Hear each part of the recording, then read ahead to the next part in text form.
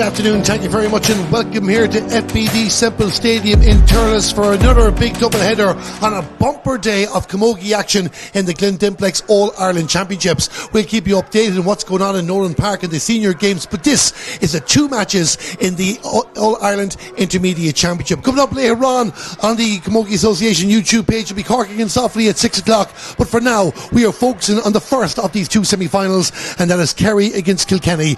I'm Darren Kelly here in the commentary box in association with Entry. Delighted to be joined by my partner in crime. Long time since we were together, Killian Whelan. But Killian, a big day for Camogie, and especially for these four teams involved. Yeah, I think we can go back to the All-Ireland finals last year, Daz, since we were last probably in situ with each other. But of course, with modern technology and everything, we keep in contact as best we can. And obviously, lots of good matches over the last number of weeks. You got to see, obviously, the quarter-finals here 2 weeks ago. I got to see two cracking games in Ashbourne, of course, last weekend. So, Premier Juniors set up, obviously, for Croke Park on the 11th of August. Who will be joining them in the intermediate game?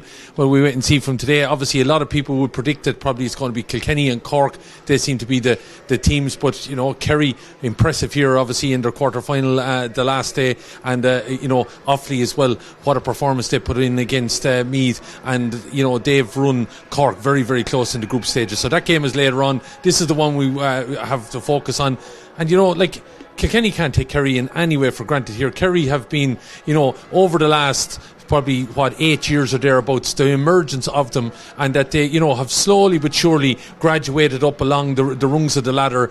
In the league this year, got to compete at the highest level that they have. I know they were relegated and whatever, but they're starting now to play with counties that they would have been a good bit behind. They've now caught up at that level, and it's only a further proof. Here we are today now in the intermediate semi-final, and Kerry have made that step. So it's great to see.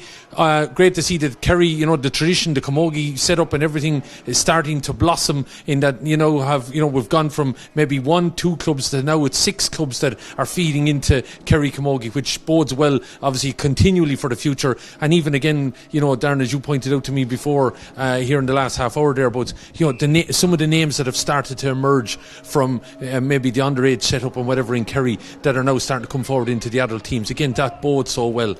On the opposite side then, of course, you obviously have Kilkenny. Yeah, and Kilkenny, we'll get to them in a moment, but as you're talking about Kerry, of course, at the fourth time of asking 2 weeks ago, they finally got past the quarter-finals, and this is the first ever All-Ireland Intermediate semi-final for the 2019 Premier Junior Champions. No changes from that quarter-final team. Let's run through the Kerry starting side. In goal, number 1, Aoife Fitzgerald. Full-back line of 2, Rachel McCarthy, 3, Sarah Murphy, and 4, Michelle Costello. The half-back line were number 5, Roisin Quinn. Centre-back number 6 is Niamh Lean, and 7 is Aoife Behan. In midfield were number 8, Cuevas Spillane, partnered by number 9, Ruth O'Connor. The half-forward line, 10, Laura Collins, 11, Patrice Diggin, and 12 is the captain. Her name is Anne-Marie Lean. And the inside line, top of the right, number 13, Amy O'Sullivan. Full forward, number 14, Jackie Horgan. And top of the left were number 15, Ellen O'Donoghue. Killian, Patrice Diggin is a name many people know. Jackie Horgan was the player of the match in the quarter-final. Amy O'Sullivan is a new talent who's really explosive on her day. I was also impressed with their defence the last day, and also those two midfielders, Cuevas Spillane and Ruth O'Connor.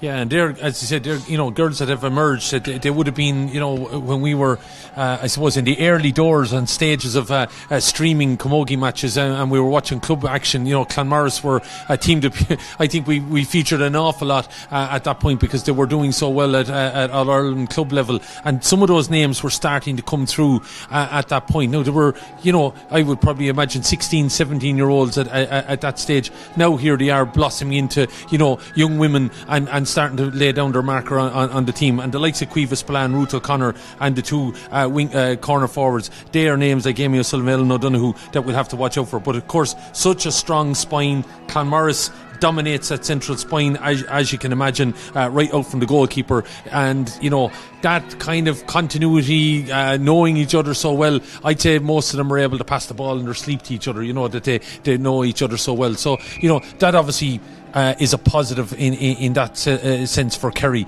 But I keep alluding back to the fact that, the flowers blossomed in that they're now taking in so many more, and you have obviously names there from Causeway, and you obviously have Killard as well. So the Camogie in that pocket of Kerry continuing to grow, of course. It's a great part of North Kerry as well, where Camogie grows, but it's spreading around the county. For Kilkenny, All-Ireland Intermediate champions in 2008, 2016. Can they add another 8 and make it 2024? Well, they have to get to Croke Park first. They have 2 changes from the side that beat Kildare 2 weeks ago, with Rose Kelly and Rachel Dowling coming into the starting team instead of Ciara Foskin and Niamh Crowley. The Kilkenny team is as follows. In goal number 1, Cliona Murphy. Full back line of 2, Niamh Leahy. 3, Rachel Whelan. And 4 is Jane Cass. The half back line were number 5, Mairead Kennedy. Centre back number 6 is Shauna Tracy. And 7 is Hannah Scott. In midfield, where number 8 is Danielle Morrissey. Partner number 9, Lauren Ronan. The half forward line 10, Claire Doheney. 11 is Caroline Kennedy. And 12 is Aoife Cantwell. And the inside line, top of the right, number 13, Rose Kelly. Full forward, number 14 is Carlise Comerford. And top of the left, where number 18 is Rachel Dowling.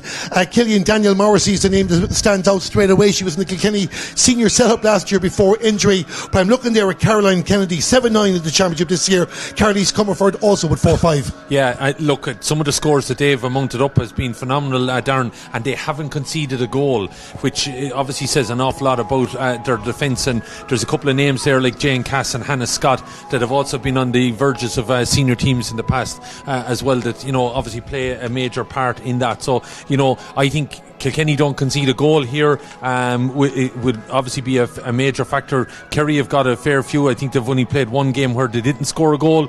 So that is a statistic in itself. So you think if Kilkenny keep Kerry goalless, it should be Kilkenny's day, because I think they'll have enough of a repertoire to be knocking points over the bar to be able to do that. But if Kerry get goals here, this game could take on a life of its own, as we say. Both of us were talking in the tunnel here as we're waiting on the teams that whoever gets the first goal, it could be an important kind of juncture on this game. I know that's saying a lot, but I think Kerry probably have to take a lot of their chances here early on, and if a goal comes about, they're going to have to take it, I think, to really put it on Kilkenny here a little bit. Yeah, the teams are just heading off the field before we do the pre-match preliminaries. The referee for this game is Brian Kearney from County Kildare. He's standby referee Donncha O'Callaghan from Limerick. Barry Nee from Westmeath is on the line. The 4th official is Joe Mullins from Clare. Killian, as you said there, these 2 teams have already met in the championship back on the 15th of June. Kilkenny beat Kerry 2-14 to 12 points in that occasion. Kilkenny have had 5 clean sheets. As you said, they don't concede goals. That will be the challenge set down for Kerry, that while they have had a couple of great games scoring goals, especially against Antrim, Dublin, Carlow and Meath, they did manage to find the back of the net with the peg Galway 2 weeks ago. Yeah, and that probably is a situation when maybe you're coming up against the top counties, that you maybe have to find the back of the net. But I know what you mean, that they still were able to beat Galway without having to find the back of the net. So I honestly think if they're to win here today, they probably are going to have to, though. We're just looking at a Kilkenny team, as I said, that is very well structured. I think there's a bit of the senior defeat, I think, has hurt Kilkenny a little bit, Darren, because I think they were just disappointed in the manner of it.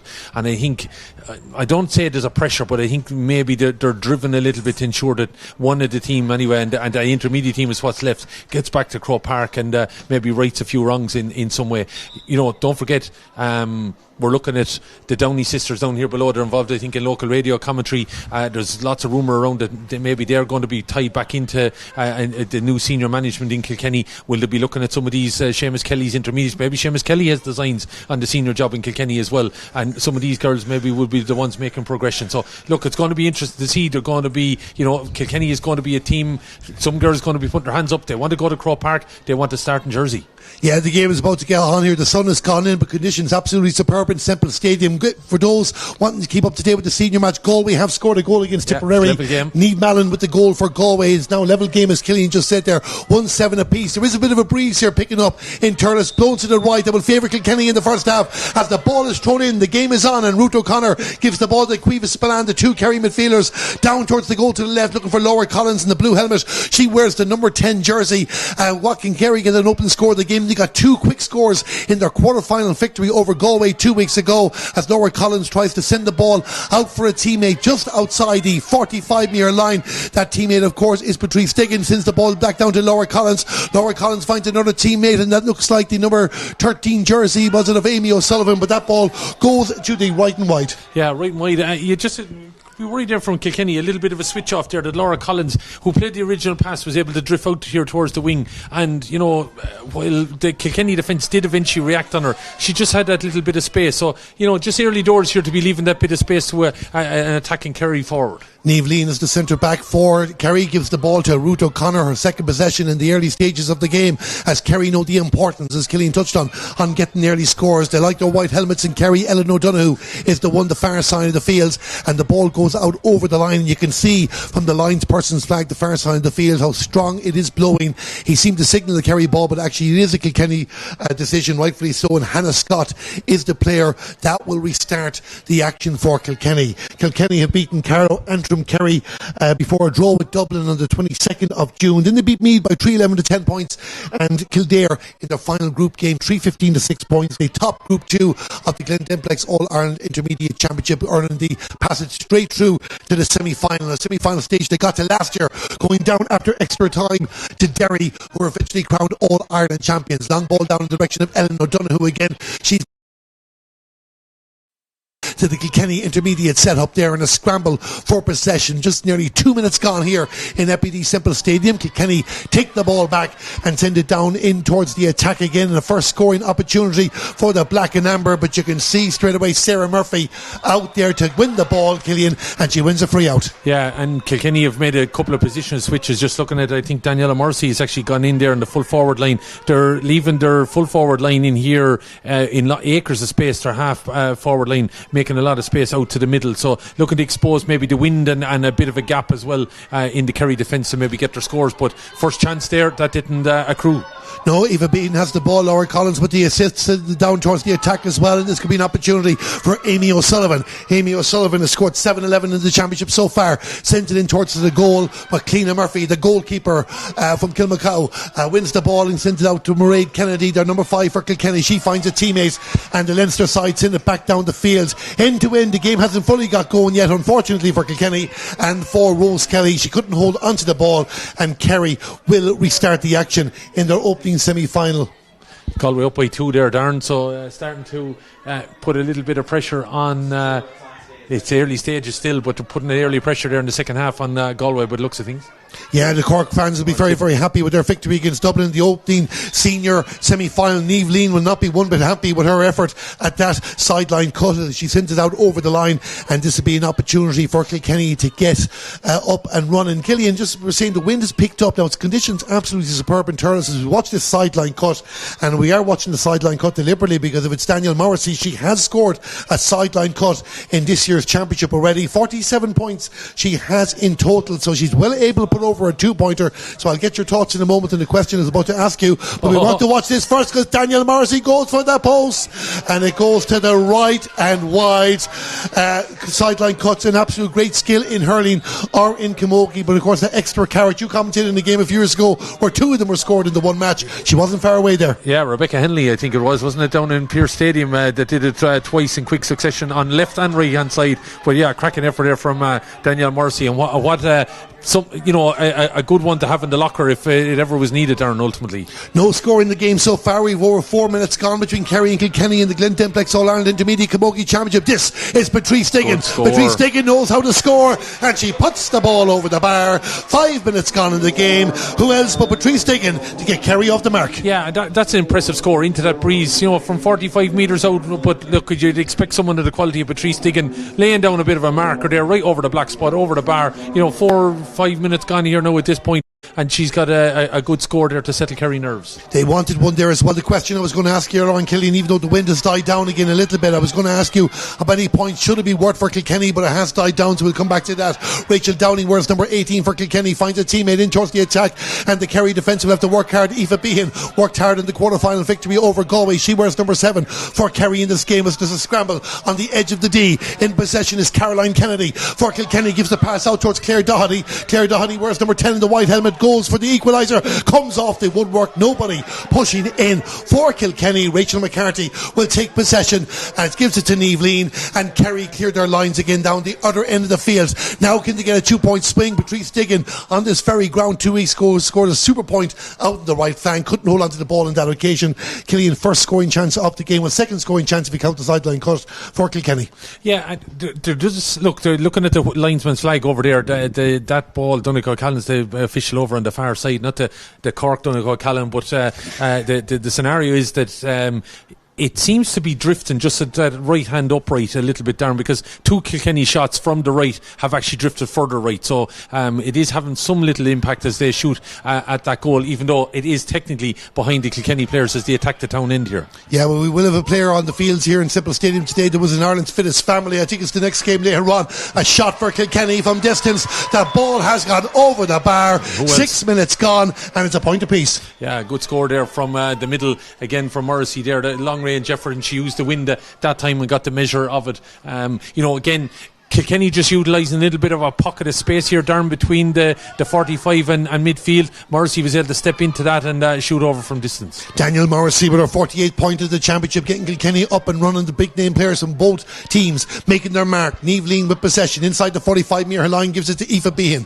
Aoife Behan sent it down the field, but Kerry depended on Amy O'Sullivan an awful lot, but you could see there on your screen Mairead Kennedy, the number 5, in possession. Now she's made a mistake there, but she'd read the ball well as giving Kerry the ball back as it's sent in by Anne-Marie Lean in towards the attack. Will Ellen O'Donoghue getting this? Not to be, says Jane Cass. She wins possession and sends the ball back out towards the 45 metre line. This is Hannah Scott wearing number 7 in the middle of the park. The sun is out. Kilkenny are starting to flex themselves here in the Glen Dimplex All-Ireland Intermediate Camogie Championship quarter final. Number 14 is Carly's Comerford. Carly's goes for a shot at the post. That ball goes to the right and wide. Second wide for Kilkenny. Second wide for Kilkenny, and that might be a worry now for Seamus Kelly. 4 attacks, they've got 1 point and they got 3 have gone wide. Those opportunities with the breeze, the conditions ever win you any match, Darren, but just to settle down into the game, some chances going a big in here. Yeah, of course, the sun is also to the back of Kilkenny as Daniel Morrissey goes for the shot, batted down there by Aoife Fitzgerald. She pulled off one big save in the quarter-final against Galway. Had a good full back line in front of her as well as they try and bring the ball outside the 20 metre line, and it comes to Aoife Behan again, knows where to be on the 20 metre line, shakes off the tackle, has the advantage, gives it to the white boots of Niamh Lean, and Niamh Lean will send it down the left. This is good from Kerry as they're in the middle of the field. Anne-Marie Lean from Clonmorris, crossfield ball. Can she find a teammate? Can she find Patrice Diggin or Ellen O'Donoghue? There's a Kilkenny player that gets in the way. That was Jane Cass, the second involved there too, but it's back with Kerry. This is number 10, Laura Collins. Laura Collins finds another teammate there, takes the 1-2 pass, will go for a shot. She should have hit it better than that. Towards the goal scoring opportunity. Chance to shot. A goal! A goal for Kerry! And the Kilkenny defence will be kicking themselves, but I do believe that it's Amy O'Sullivan that gets her 8th goal of the championship, and that's a big score, Killian. What a poacher. 8 goals in the championship, Darren. Absolutely. Just had one thing on her mind, but I have to give Brian Carney credit there. I would have counted maybe 3 situations where Kerry were probably held up that should have been frees in. He seemed to let the play knock on and continue, but Kilkenny, how many chances did they have maybe to nick in there and get that ball? But credit Kerry, that was a move of the game. Got a bit messy there just to get the ball into the hands of Amy O'Sullivan, but when she did, found the back of the net, cracking goal, and what a poacher. 8 goals in this year's championship. That's a cracking effort from her. A cracking effort from her, and of course Kerry will take the break as well there after a poor shot there from Laura Collins, but the Kilkenny defence had about with 3 chances, as you said, to deal with that as well. Big score in this game, but Kerry have the goal that we said they would need to get up and running. This game is alive, but Kilkenny are on the attack straight away as Sean Tracy sends the ball in towards the attack, and Kilkenny looking for an opportunity now to get back on the mark. The ball has gone over the bar in the 10th minute of the game. I believe it was Caroline Kennedy that puts it over the bar, and it's a 2-point ball game. Yeah, it's a swing, a good reaction after the goal. Going back, by the way, again, just to let people know, it's the first goal Kilkenny have conceded in this year's championship. That goal there from Amy O'Sullivan, and the scenario would be obviously that's a fine effort taken there. Kilkenny bouncing back straight away, as you know that they can. But credit Kerry, I have to say, been very impressed, Darren, in the situation, head to head here at the minute, defensively doing very, very well. It's a historic day for Kerry. They're playing in the All-Ireland Intermediate semi-final for the first time. They have come up through the ranks. We've watched them come up from the junior Bs all the way to intermediate level over the years. They beat Antrim, Dublin and Kildare in their opening 3 championship games before that loss to Kilkenny in round 4 on the 15th of June. They responded by beating Carlow 3-13 to 110, but then went down to Meath in their final group game 2-12 to 3-5. They had already qualified for the knockout stages, and then they beat Galway in the quarter-final 2 weeks ago, making it 15 points to 13 on that occasion. They lead this game by 2 points. 10 and a half minutes gone over in Nolan Park. They're all level after 45 minutes, 1-9 apiece. Kilkenny have a sideline cut just outside the 45-metre line. Daniel Morrissey, no doubt, will be thinking about this. Yeah, absolutely. Just to let you know that they've let the Queen of Tipperary loose on the pitch in Nolan Park. Caught the van is on, and 60 seconds after she came on, put the ball over the bar. That's the second wide from that sideline cut for Daniela there. Yeah, but she's willing to go for them. She knows the importance of them, and of course if she put over that 2-pointer, she would have reached a 50-point mark in this year's championship. So Kerry and Kilkenny, they're not counties you expect to meet too often, whether it's the big ball, the small ball. Kerry very much known for football, Kilkenny for hurling or camogie, but as we've seen here right in front of your eyes on the Camogie Association YouTube page, brought to you in association with Entry, that Kerry are growing in camogie, but it's Kilkenny on the attack again. Hannah Scott sending it down towards Caroline Kennedy. She's also scored 7 goals in this year's championship. The ball was touched on the ground. It's going to be a free out for Kerry. Yeah, Kilkenny are not getting it all their own way down here, Darren, and I'm seriously impressed by the Kerry defence. It's just been phenomenal in the opening stages. It feels like we've longer played, I have to say, but only coming at 12 minutes gone. But seriously impressed by the Kilkenny or the Kerry defence and how they're shutting down the Kilkenny forward movement here. Amy O'Sullivan with the ball. We know how dangerous she is. The referee said she was fouled, trying to wiggle her way into a scoring opportunity. The free had been taken by Sarah Murphy. A great battle going on there between the Kerry full back and the Kilkenny full forward Caroline Kennedy. That will be one of the jewels of the match. But Amy O'Sullivan wins the free, and it's going to be an opportunity now. I'd imagine that Jackie Horgan would be the player that is going to take this. She hasn't got a score in the game so far. Jackie Horgan comes into this game with 48 points in the championship so far. Can she get her first of the afternoon? 12 and a half minutes gone, and a glorious sunny day here in the home of hurling and camogie, FBD Semple Stadium. Jackie Horgan with the free on the left. She should be able to put it over the bar. She doesn't disappoint. 13 minutes gone, and Kerry go 3 points in front. It's Kerry 1-2, Kilkenny 2 points. Yeah, she belittles that breeze, whatever it is that's coming from the Devil's Bit over there, as you can see over to her left hand side, Darren. That's a cracking effort from Jackie Horgan. Just again, seriously impressed by Kerry overall, but isn't it great to think that they now have a number of other players in their forward line that they can take pressure off the likes of Patrice Deegan and Jackie Horgan to find scores as well. Good work there by Cuevas Spillane after Niamh dropped the ball down, but Kilkenny were hoping to do something with this. They might have an opportunity as Rachel Dowling goes for a shot at the post. The umpires nodded at each other. She kept her eye on the ball until she eventually got it into her hand. Despite the best efforts of the Kerry defence, it's back to a 2-point ball game. Yeah, they keep bouncing back, after the score is going tit for tat here at the minute, but still that goal is the important scenario here. But Kilkenny need a little bit more to be going their way, but Kerry just denying them the opportunity, and I think Kerry have got to grips a little bit here around the middle. They have indeed. They work hard in the middle, but Hannah Scott's been working hard in this game so far. She sends it down towards the attack, gets away from Caroline Kennedy into the hands of Aoife Fitzgerald, the goalkeeper for Kerry, and she'll send the ball out the field towards their captain, Anne-Marie Lean. Anne-Marie Lean with a long dropping ball in towards the attack, looking for Jackie Horgan to get in the areas, and Jackie has the ball. We'll give it out to Ellen O'Donoghue. Ellen O'Donoghue, will she go low? Will she go high? She goes high, and it's a disappointing effort in the end, it has to be said. The ball goes to the right and wide. Yeah, Jackie, I think, was having a word there with Brian Carney to say the hurl was pulled out of her hand, but but she got the pass away. I actually thought Ellen O'Donoghue could have made a beeline for goal, because Amy O'Sullivan was just after making a run to the edge of the small square, and you never know what could have come with that. She elected to go for the score and bad wide there. Probably just hit it too high in the occasion there as well when she meant a decision, but Ruth O'Connor has won the ball back for Kerry, the far side of the field.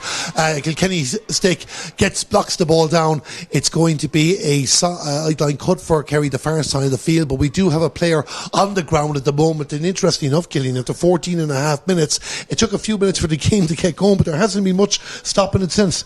No, it's been an entertaining game, I have to say, and anyone that thought that this might be one-way traffic, it's been taught a bit of a lesson here. I can't say it enough, really impressed by Kerry's defensive unit, and again inside then those two corner forwards causing problems, creating space, and Patrice Diggin, Jackie Horgan there as well. So some of the pressure that Kerry might have put on in the last couple of years on those two players, I just think it's great to see the emergence of some new attacking players in the Kerry team, because they play some fine camogie, and I'm just really impressed by their setup here at the minute. They're causing Kilkenny all sorts of problems that Kilkenny just can't seem to really get to grips with, and I know that goal is keeping them out in front, but really, really impressed with their setup and game management at the moment. Yeah, and the one thing that impressed me in the quarter-final victory against Galway was that they played with positivity first and foremost, but they worked very, very hard. How many times have we talked about Aoife Behan, Caoimhe Spillane, Ruth O'Connor in particular, the 7, 8, 9, Niamh Lean as well, you could add to that as well.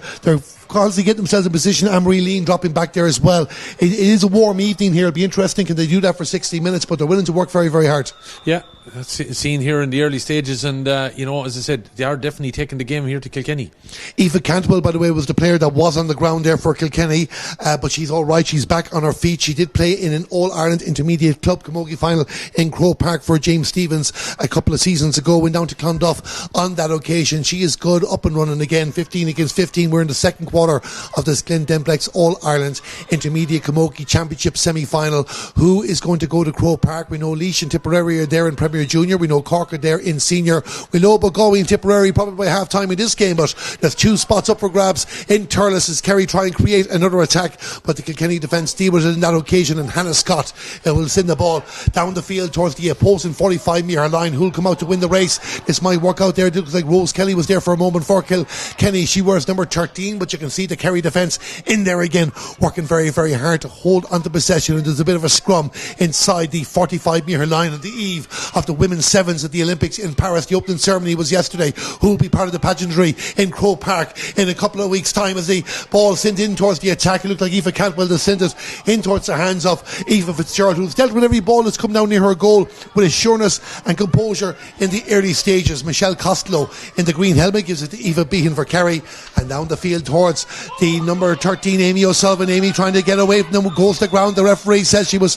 tugged at. She has won another free. She is a handful in that corner, Gillian. But there you go again, Darren, an assured goalkeeper inside. Aoife Fitzgerald, very confident, although I'd say Seamus Kelly's pulling his hair out. The amount of ball that has dropped in just on the edge of the square here, and no Kilkenny player chasing it in, or the balls have dropped short. I count that 4 now in the opening stages here that has happened. But Aoife Fitzgerald finds out the ball here to her cornerback Michelle Costello. Costello up along to Aoife Behan, and Behan then lovely ball inside to Amy O'Sullivan as foul. Jackie Horgan had that free, and she's put it over the bar. Just assured play from Kerry. It's nice, simple play, ball to hand, and it's proven fruitful for them here. Yeah, and Jackie Horgan has just scored her 50th point of the 2024 championship, putting that free over the bar. She was the player of the match in the quarter-final against Galway. She got 9 that day. She got 10 when Kerry played Kilkenny in the group game earlier this season.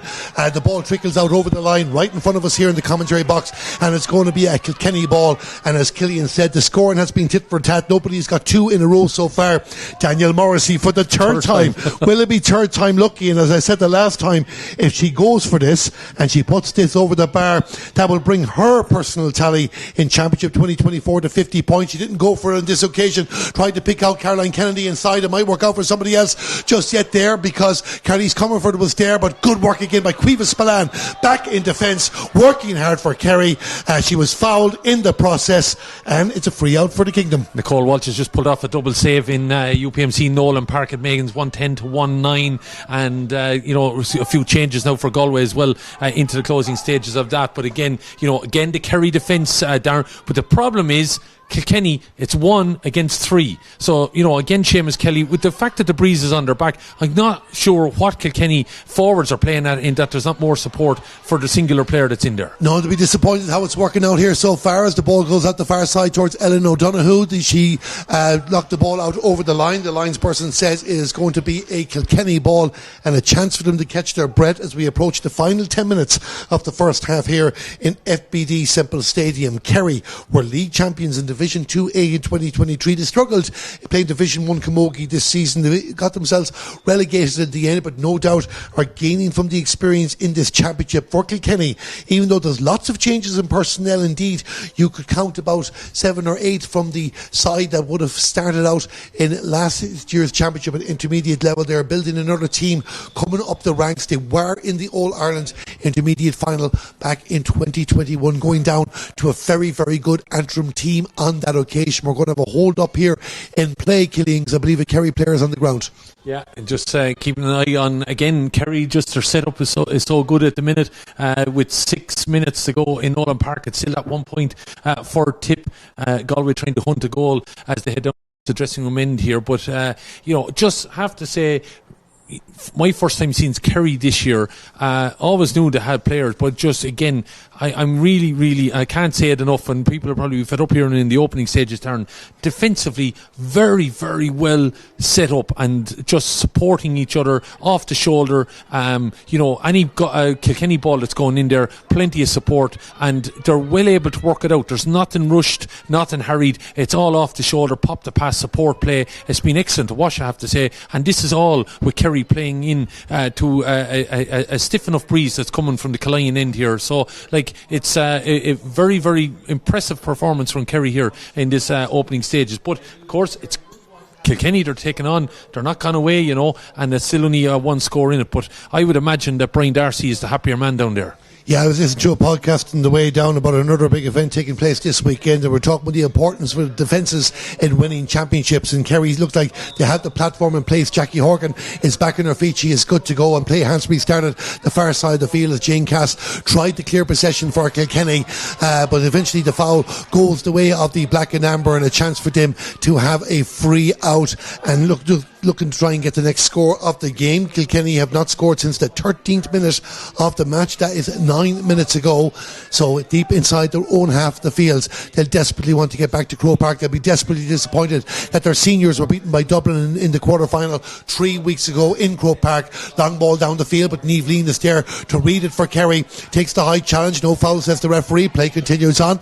Eva Behan on the 45-metre line just turns her back to Carly's Comerford and gives it to Quiva Spillane, who was running off the shoulder. Quiva just overhits the pass in the direction of Anne-Marie Lean, and Hannah Scott, who's been one of the busiest players for Kilkenny in this match, finds a teammate, and it comes down now for Claire Dohenny, and Rachel Dowling, I should say. Rachel Dowling will have a pop at the post. That ball has gone to the left and wide, and Killian, you were talking about Seamus Kelly be disappointed with how the scoring is going in this game and the chances that they're creating. They've had 4 wides and a few other scoring chances going to Began as well. That'll be of more concern for them. Well, I count that now as either 8 or 9 between into just dropping in front of the goalkeeper or shots wide. Chances, as I said, gone a big, but here to come again. Here come this time. It is definitely Claire Dohenny. She has a white helmet as well. Moving down the field as a player inside. That's Rachel Dowling. Rachel Dowling will go for a shot, and it's just over the bar. She was thinking about it. She was certainly keeping Aoife Fitzgerald alert, but Rachel Dowling puts the ball over the bar. A score Kilkenny needed. Yeah, that's a bit more like what Kilkenny will want. It's got to be moved that little bit quicker, Darren. Some of the ball in has been, as I said, a hit and hope effort from the middle of the field. That went through the hands there, and you have to credit Claire Dohenny.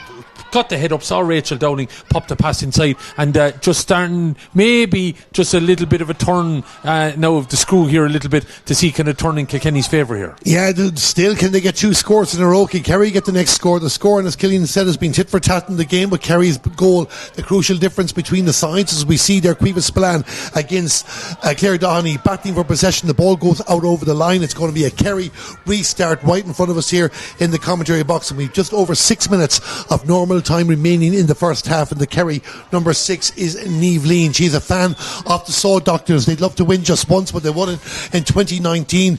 Could they win in Croke Park in 2 weeks' time? Can they get there first? Down the field it goes. A couple of Kilkenny bodies get in the way. It's Daniel Morrissey, the one that wins it for them. Sends the ball down a bit of space here on this occasion, but Caroline Kennedy, and you can see how close again Sarah Murphy was to her. The referee blows the whistle for the sideline cut, so it's going to be a Kilkenny ball, I do believe. And we're just seeing exactly where... Oh, it's Kerry ball, actually. It's going to start off. I wasn't too sure. The referee seemed to signal down the field, but it's going to be a Kerry ball. And good defending there by Sarah Murphy.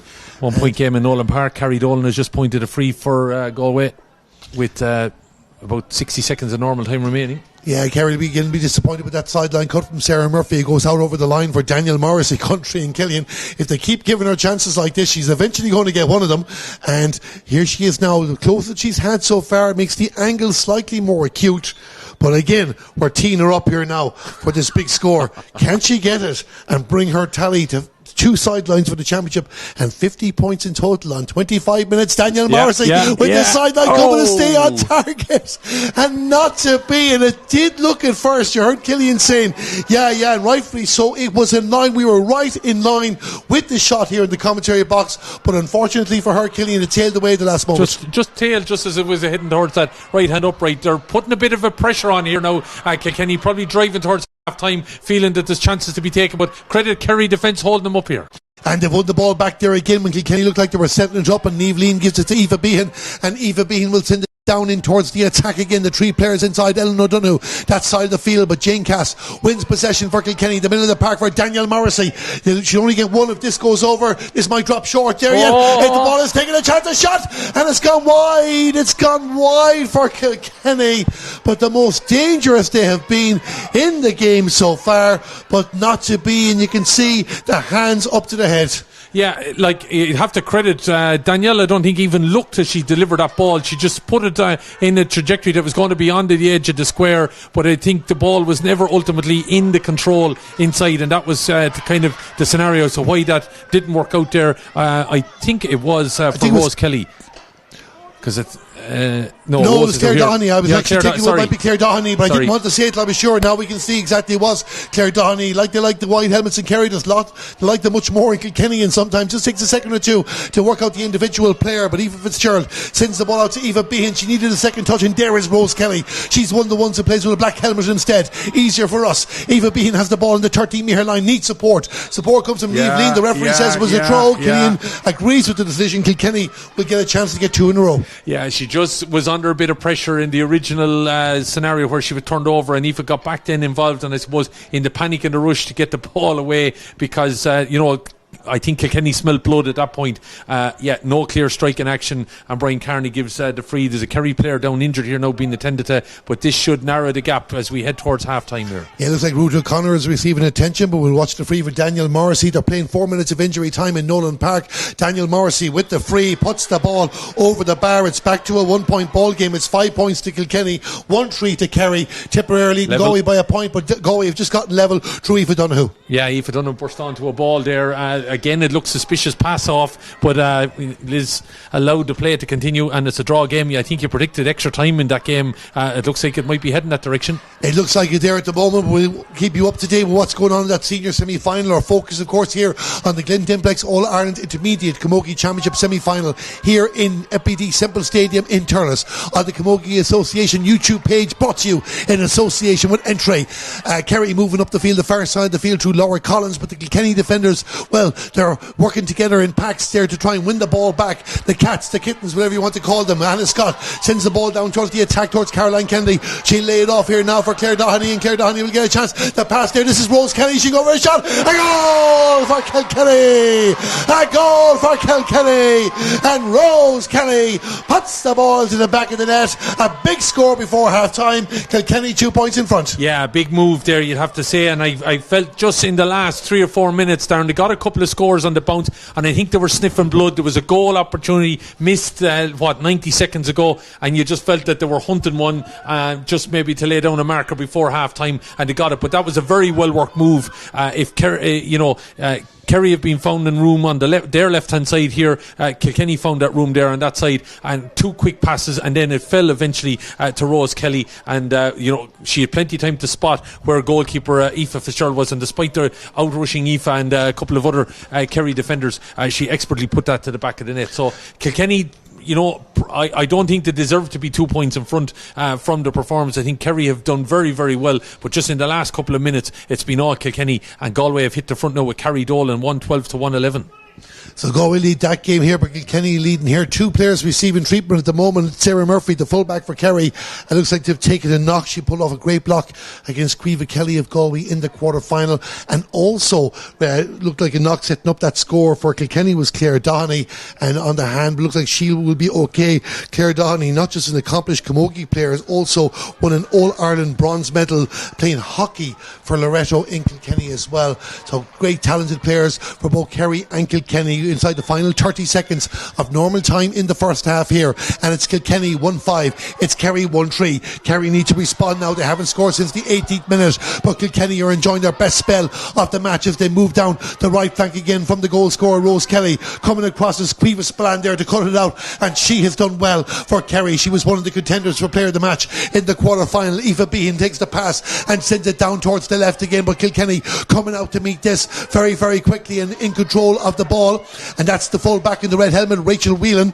She finds the teammates, and that was Lauren Ronan, and Lauren Ronan sent it down in towards the attacking Kilkenny fielders. Hey, to be met here now as Rachel Downing gives it to Caroline Kennedy. Caroline Kennedy up against the full back, gets inside, was being pulled. Well, the referee says too many steps. There'll be at least 4 minutes of added time in the opening half here of this game at Kilkenny. That was a big decision from the referee. It looked like the defender might have had her hands on the Kilkenny attacker, but the referee says too many steps against Kilkenny. Yeah, I think it was very, very tight. I think the pulling of the jersey and everything like that, as Galway have made the final. Darren just got an opportunity, Emer McGrath knocking the ball in, but Dervla Higgins with a massive take to win the free out, and even though Liz Dempsey played a little bit more time, it just wasn't the be for Tipperary. And you have to credit Galway. A lot of people would have written them off, and but they've been able to put the last couple of weeks together, and they've beaten Tipperary by 112 to 111. They will of course be in the final against Cork. Promises now to be a right ding dong battle in a couple of weeks. Who will be in the final? Look at here, Kilkenny all of a sudden getting to grips with things there. I agree with you. It just looked the pull of the jersey and the steps happening at the same time. It could have went either way, but look, the call was made by Brian to give the free out. Kilkenny, though, as I said, just in the last 5-6 minutes, Darren, have started to, I would imagine, move the ball around the field a little bit better, and it's starting to spread Kerry around, and that's kind of led now to space being created. Yeah, congratulations to Galway in making the All-Ireland Senior Camogie final. I'll hold back my elation until the half-time break in this game as Kilkenny lead by 2 points. We've Laois now, we've Tipperary in the All-Ireland Premier Junior Camogie final. We've Cork against Galway in the All-Ireland Senior Camogie final. And here on the Camogie Association YouTube page, you will find out the last 2 teams that are going to Croke Park on Sunday, August the 11th. Who will be the first of those? Will be Kerry or Kilkenny. Kilkenny have a free the far side of the fields, and the opportunity, this will be the chance now for Daniel Morrissey. We've been teeing her up all day for this 50th point of the championship. We've seen Jackie Horgan do it already, and Daniel Morrissey finally gets her 3rd score of this game, her 58th point of the championship. Kilkenny go 3 points in front, 1-6 to 1-3. Yeah, 1-6 to 1-3. Look how quick it has changed, Darren.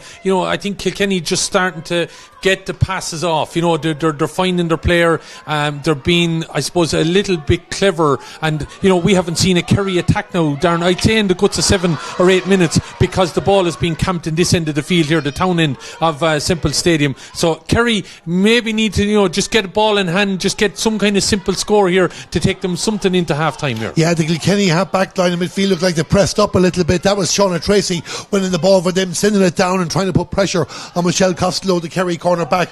Ruth O'Connor back to help out there, but pushed out over the line. It's going to be a sideline ball for Kilkenny, and we were talking about the win factor and how much was it worth.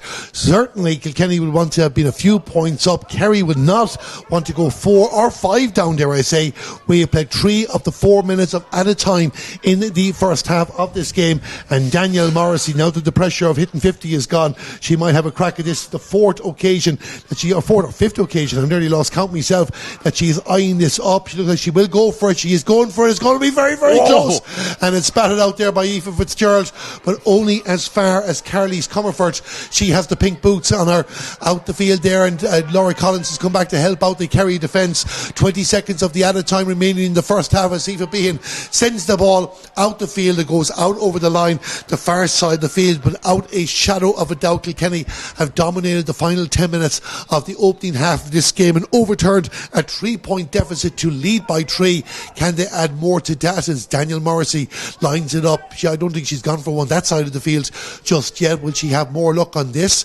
We are about to see there now as the sideline cut gets ready to be taken. Actually, Tana Scott is going to take it on this occasion, send it down towards the attack.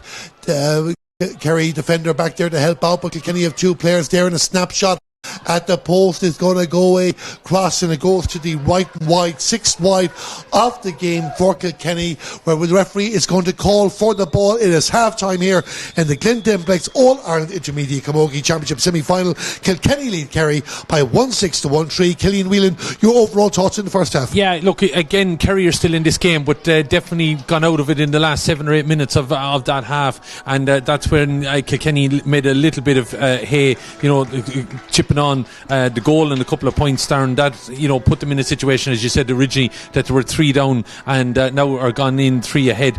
Kerry having trouble the goal down there in it's 18 minutes when Jackie Horgan got their last score, and they were flying at that point as regards that they're off the shoulder, their defensive unit and everything. But what seems to have happened is Kilkenny have put the squeeze back on the middle. They've pushed their half forward or the half back line up the field, and they've probably then put the pressure on Kerry to try and get the ball over that wall as such, to try and find the danger players inside. That hasn't happened because they've just been so much of a squeeze here between the 65 and the 45 that Kerry haven't been able to get the ball out as easy as I would say they were getting it out in the first 18 or 19 minutes there.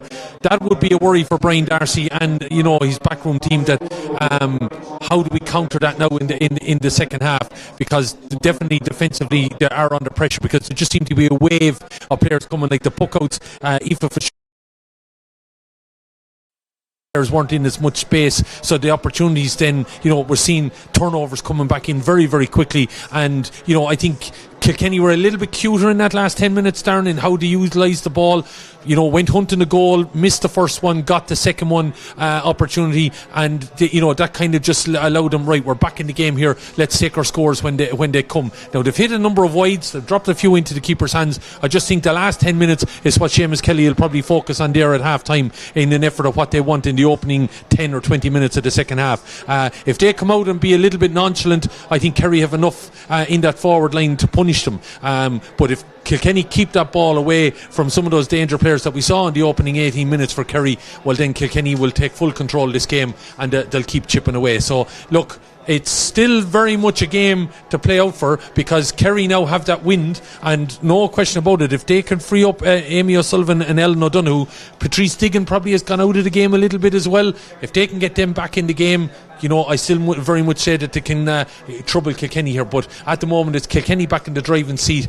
They probably don't deserve it under a whole first half play, but they are in front as it is. And they are in front indeed. A first half where 2 number 13s get 2 important goals. Amy O'Sullivan for Kerry in the 9th minute, and Rose Kelly for Kilkenny in the 28th minute. The Black and Amber hold a 3-point advantage. The sun is back out, but the wind is still here, and it will favour Kerry for the second half. The 5th place in Croke Park, far from decided, but we're going to take a break for 5 to 10 minutes. We'll be back with full coverage of the second half of this Glen Dimplex All-Ireland Intermediate Camogie Championship semi-final. The half-time score here in FBD Semple Stadium. It's Kilkenny 1-6, Kerry 1-3.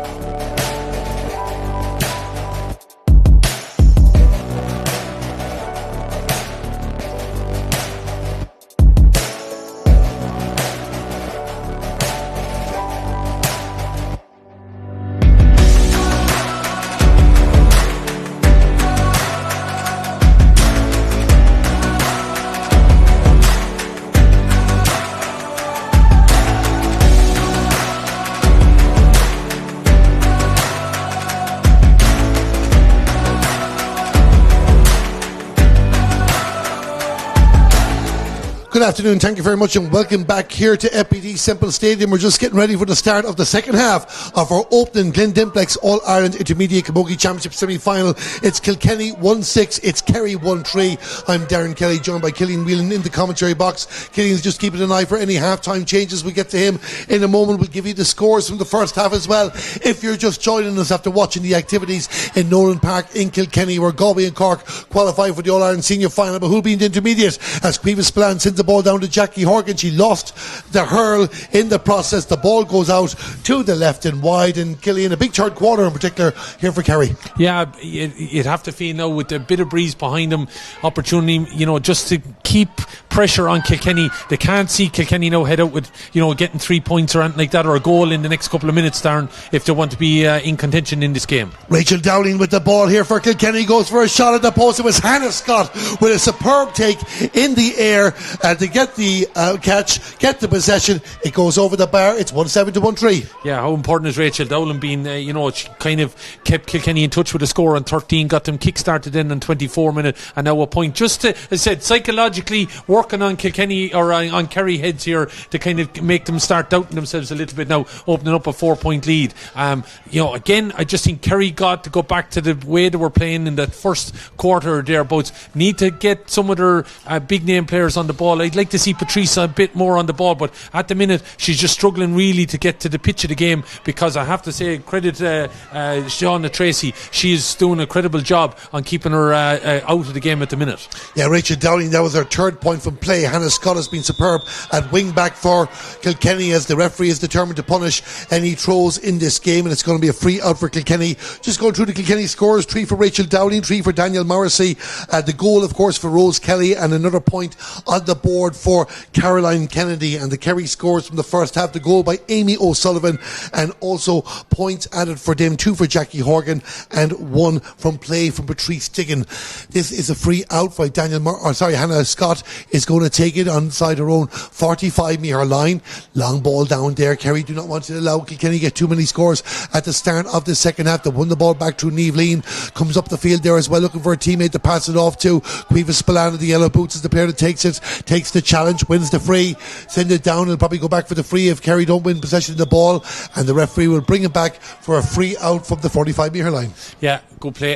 The one thing that, as I said, going back to having a little bit of credit, Kerry, I'm very impressed at how they come out defensively, Darren. They seem to, as well able to take, any kind of physical hit or whatever, but the players are always on the move, being able to pivot, spin from right to left, and that comes with a good element of training, whatever has been done. Not taking the ball into contact, able to move in the air even, or on one foot, and keep the ball moving and in possession. But again, it's got to go to hand here then when you're looking for attacks down the far end. Yeah, Marie Kennedy won the ball back there for Kilkenny. The long ball dropped in by Niamh Lean, and it's Kilkenny trying to exploit gaps. Claire Doheny with a pass forward here as well to Rachel Dowling. She's into crossfield ball in the direction of Carly's Comerford, and Carly's Comerford loses out the race on that occasion, and Kerry will bring the ball out towards the 45-metre line through their fullback Sarah Murphy. She lays it off to Eva Behan. Eva Behan down towards the attack. Patrice Diggin got the opening score of the game. Hasn't won much against Shauna Tracy since. And Kilkenny won the ball back. A high challenge there. Missed time challenge. The referee has blown the whistle. We might be getting the first yellow card of the game. Shauna Tracy is okay. Cuevas Spillane, one of Kerry's hardest workers in the game, she just caught the Kilkenny player high.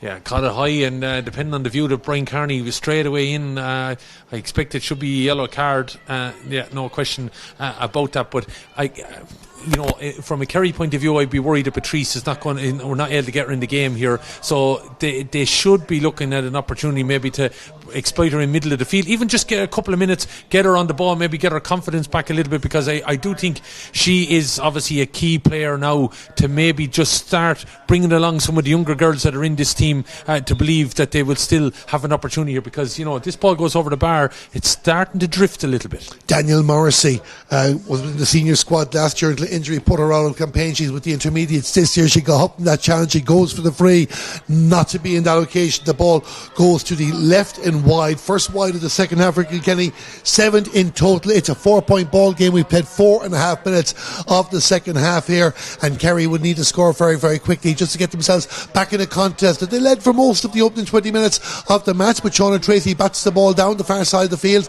trying to send an attack. Certainly Kilkenny have started off this second half like they finished the first. Kerry get the break there with a sideline cut. Yeah, just looking at maybe a switch happening here now for Kerry. They're looking like they're going to play a two-player inside line, trying to crowd maybe the half-forward line for the minute to try and get some possession. That's I imagine what's going on here, and maybe dragging Jane Cass out of position as well. So a little bit of that going on here at the minute for Kerry. Just I would think, Darren, get their hands on a ball, get a score. I think it would lift someone. I would imagine the doubts that are starting to creep in a little bit. And Niamh Lean has hurled an awful lot of ball for Kerry in this game, sends it down the left flank, hoping that Laura Collins can do something with this. It's Quiva Spillane sending a ball in here. This might be an opportunity for Jackie Horgan if she can get it. She tried to lay it off for Amy O'Sullivan, hasn't quite taken it, but looks away to get around Niamh Leahy. Gets inside the corner back. There's teammates outside there. Two players collide. The referee was happy to say it was a 50-50. The Kerry supporters don't agree, but Rachel Whelan sends the ball out the field for Kilkenny towards Rachel Downing, the far side of the field. Kerry take possession back again. Niamh Lean, crossfield ball in towards the attack. Patrice Diggin is pushed down towards the inside line.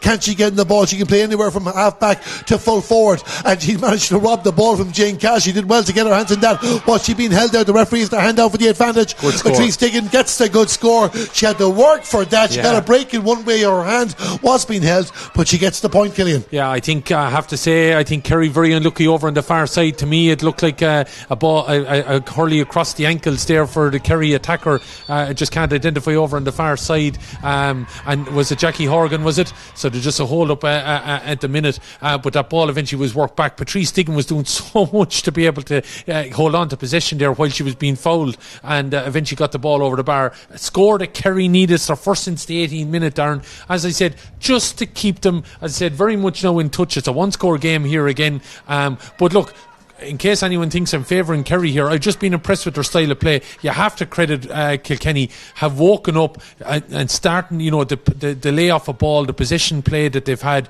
the pressure that they've put on the Kerry defence has been very, very impressive. But Kerry now need to put a press here, I think, on this puck out and do similar to what Kilkenny did to them in the closing stages of the first half. Yeah, with Jackie Horgan, the second time she was down in this game, but she is back on her feet, and while she hasn't got that many scores in the game so far, she's still very, very important for Kerry if they're going to turn this deficit around and get to an All-Ireland final. But as Kilkenny in control, they lead by 3 points, and the green helmet for them is Aoife Cantwell from James Stephens. But Kerry win possession back, and it's moved down the right side of the field, but it's going to come straight back there. Good work originally by Roisin Quinn, but now it's going to involve Rachel McCarthy to win the ball for Kerry and get away from Carly's comfort, get the pass off to Niamh Lean. Kerry just been pushed back, and you can see that press that Kilkenny have been trying to do, but Rachel McCarthy brings it up the field, gives it to Michelle Costello. This is good play by Kerry as they move towards the 65-metre line. Ruth O'Connor, you can see Kerry there taking an extra quarter of a second to make sure the hand pass is delivered clearly. They've been caught twice out for a throw so far in the game as Aoife Behan gains a few yards. Good awareness by Amory Lean. Amory Lean goes to the ground. A Kerry player runs into the referee. Another player is on the ground. We're going to have a hold up and play for a couple of moments. Yeah, a little bit of a calamity there. The Kerry player, in fairness, says she up. I know fault on Brian Carney there. He's complete following forward, but it was just as he was moving, his elbow came back and caught the Kerry player as she was coming around the back of him. But the chance inside as well, you'd have to say an intelligent foul by the Kilkenny defender, because Kerry had a little bit of an overlap, took the heels. I think Brian Carney could have forgotten about it now. To me, it's a definite yellow card, but with everything that went on there behind him, I think he's forgotten about it. An intelligent foul, because I think it was a goal opportunity there for Kerry. Yeah, I suppose it's very hard to give out a yellow card when you nearly deserve a yellow card for taking out a player yourself. But look, the most important thing is we joke and laugh up here is that everybody is okay. Aoife Behan and Amory Lean are back on their feet, and Jackie Horgan will take this free and a chance to reduce the deficit back to 2 points. We do have to have a winner here today regardless what happens. Jackie Horgan takes the free, puts the ball over the bar, and we have played 9 minutes minutes of the second half. It's Kerry 1-5, Kilkenny 1-7. Yeah, and Kerry very much back in it now. There's 2 in a row, Darren. So, as I said, some of the doom and gloom that might be around Patrice Diggin now in the inside line, creating a different amount of space. Again, the move before that free, Darren, again, just off the shoulder running, clear hand pass. It has been seriously good hurling that some have been going on here from Kerry. Ball going to drop short. That's not really the opportunity. That's gone a big one. But been really impressed by some of their play. Yeah, Amy O'Sullivan will be very disappointed with that effort. I was just going to say that Kerry are now playing with an inside line of Patrice Diggin, Jackie Horgan and Amy O'Sullivan, and trust me, that's as good an inside line as you're going to see in the intermediate ranks anywhere in the country at the moment. Kilkenny have a great centre back in Shauna Tracy. She has won the ball and sends it out the far side of the field, but Aoife Behan should win the race. Now Rose Kelly has done well to get herself in the picture, and Rose Kelly, the goal scorer for Kilkenny in the first half, has overturned possession there, and Kilkenny have it back, and this is a crossfield ball down in the direction of Caroline Kennedy, but not to be, and it's Ruth O'Connor that wins the ball down the right flank there. Great first touch there by Ellen O'Donoghue, who's come out toward the half forward line. She did well to hold herself, hits the shot. It's not going to work out for her. She had a bit more space there. The goalie drops it. Amy O'Sullivan was there as well. Danger here. Can Kerry finish it off? It's a free in. And the referee is going to give the free in. The ball was touched on the ground, and well, what a moment there, because it looked like a dropping ball there that should have been dealt with easily by the Kerry defence is now going to lead to a Kerry score, and Killian, they'll bring this back to a 1-point ball game. Yeah, all of a sudden though, as I said to you, you're just putting a high court press on, very similar to what Kilkenny did in the last 10 minutes. Just again, it was important that Kerry got a score. Now it's going to be on the bounce here as Kilkenny make a substitution, but the opportunity there, the kill here by Ellen O'Donoghue to bring in possession, fabulous bit of skill. Kilkenny player then stood over the ball, and that was where the free resulted for this. So Kerry very much still in this game. Kilkenny making the change. I think Carlise has been taken from the Carlise field. Comerford off, and Eve Crowley comes on the field to play.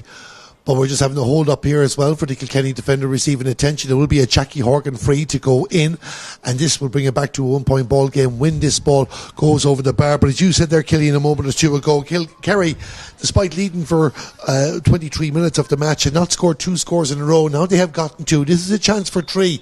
It's hard to say they've overtaken the momentum of the game just yet. They're creeping back into it nicely. Yeah, no question about it, and you'd expect Jackie Horgan to put this up and over the bar into the town end here. 1-7, 1-6, Darren, and if they keep the press on here, it'll cause Kilkenny all sorts of problems here.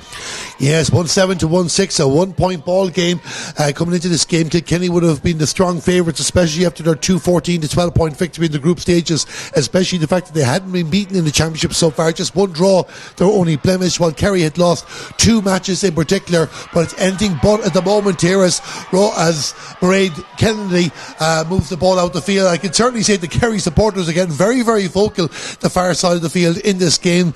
It is going to be a sideline cut for Kerry, the far side of the field, a chance for them to restart the action, but the next score is going to be massive, because if Kerry can get themselves back on level terms, they certainly will have an opportunity to kick on, while Kilkenny, they're well capable of getting 2 or 3 very, very quickly and regaining control of this contest. Yeah, no question about it, but as I said, it's taken on now very similar to the way Kilkenny played Kerry in the last 10 of the first half. They kept a very strong press from the 60, probably from their own 65 in, and Kerry now doing the same. Kilkenny haven't been able to get beyond that 65 in the last few minutes, and Kerry have got 3 points, and looking to get on the attack here again. I just think psychologically it's been a bit of a lift here now for Kerry, and they're believing that they're very much in this game. Looks like they're going to make a change as well. I think Kate Lynch is being prepared possibly to come in as Kerry come on the attack. Got it free here. Jackie Horgan will probably come out. Patrice Diggin to take a long range. Is the player there to win it. So the chance here to level this game up here. Yeah, Jackie Horgan is right there, but well done Michelle Costello as well for gaining the ball there and sending it down the left. And Jackie Horgan, it looked like Killian there for a moment. I was talking about the inside line, but Jackie looks like she's just starting to creep out in the more free role there as well. She might relish getting more involved in the battles around the 45 metre line. Certainly that one worked out for her, and you would feel this is the big score that Kerry have been waiting for. Yeah, that change, I think, while the press as well has been good, I think the little bit of a change in swapping the inside line around a little bit and dropping players out, putting Patrice in on occasion, it's helped players, I think, just get a little bit of confidence back on the ball as Jackie Horgan put the fist up. That ball left. It's still at 50 yards to travel, Darren, and she had the fist up. I know. Also for Kerry supporters, what you call it, big news for you. Kate Lynch is come on the field to play. She was didn't start the last day. She replaces Anne-Marie Lean. That's the decision that's made there. But like, Kate Lynch is coming in. She scored 4-9 in the championship, including a point against Galway. She's a great player to be able to spring with 15 minutes to go. Yeah, serious player to bring in when you have someone like that coming in there for Anne-Marie Lean, the captain. But, Kerry still meaning business here.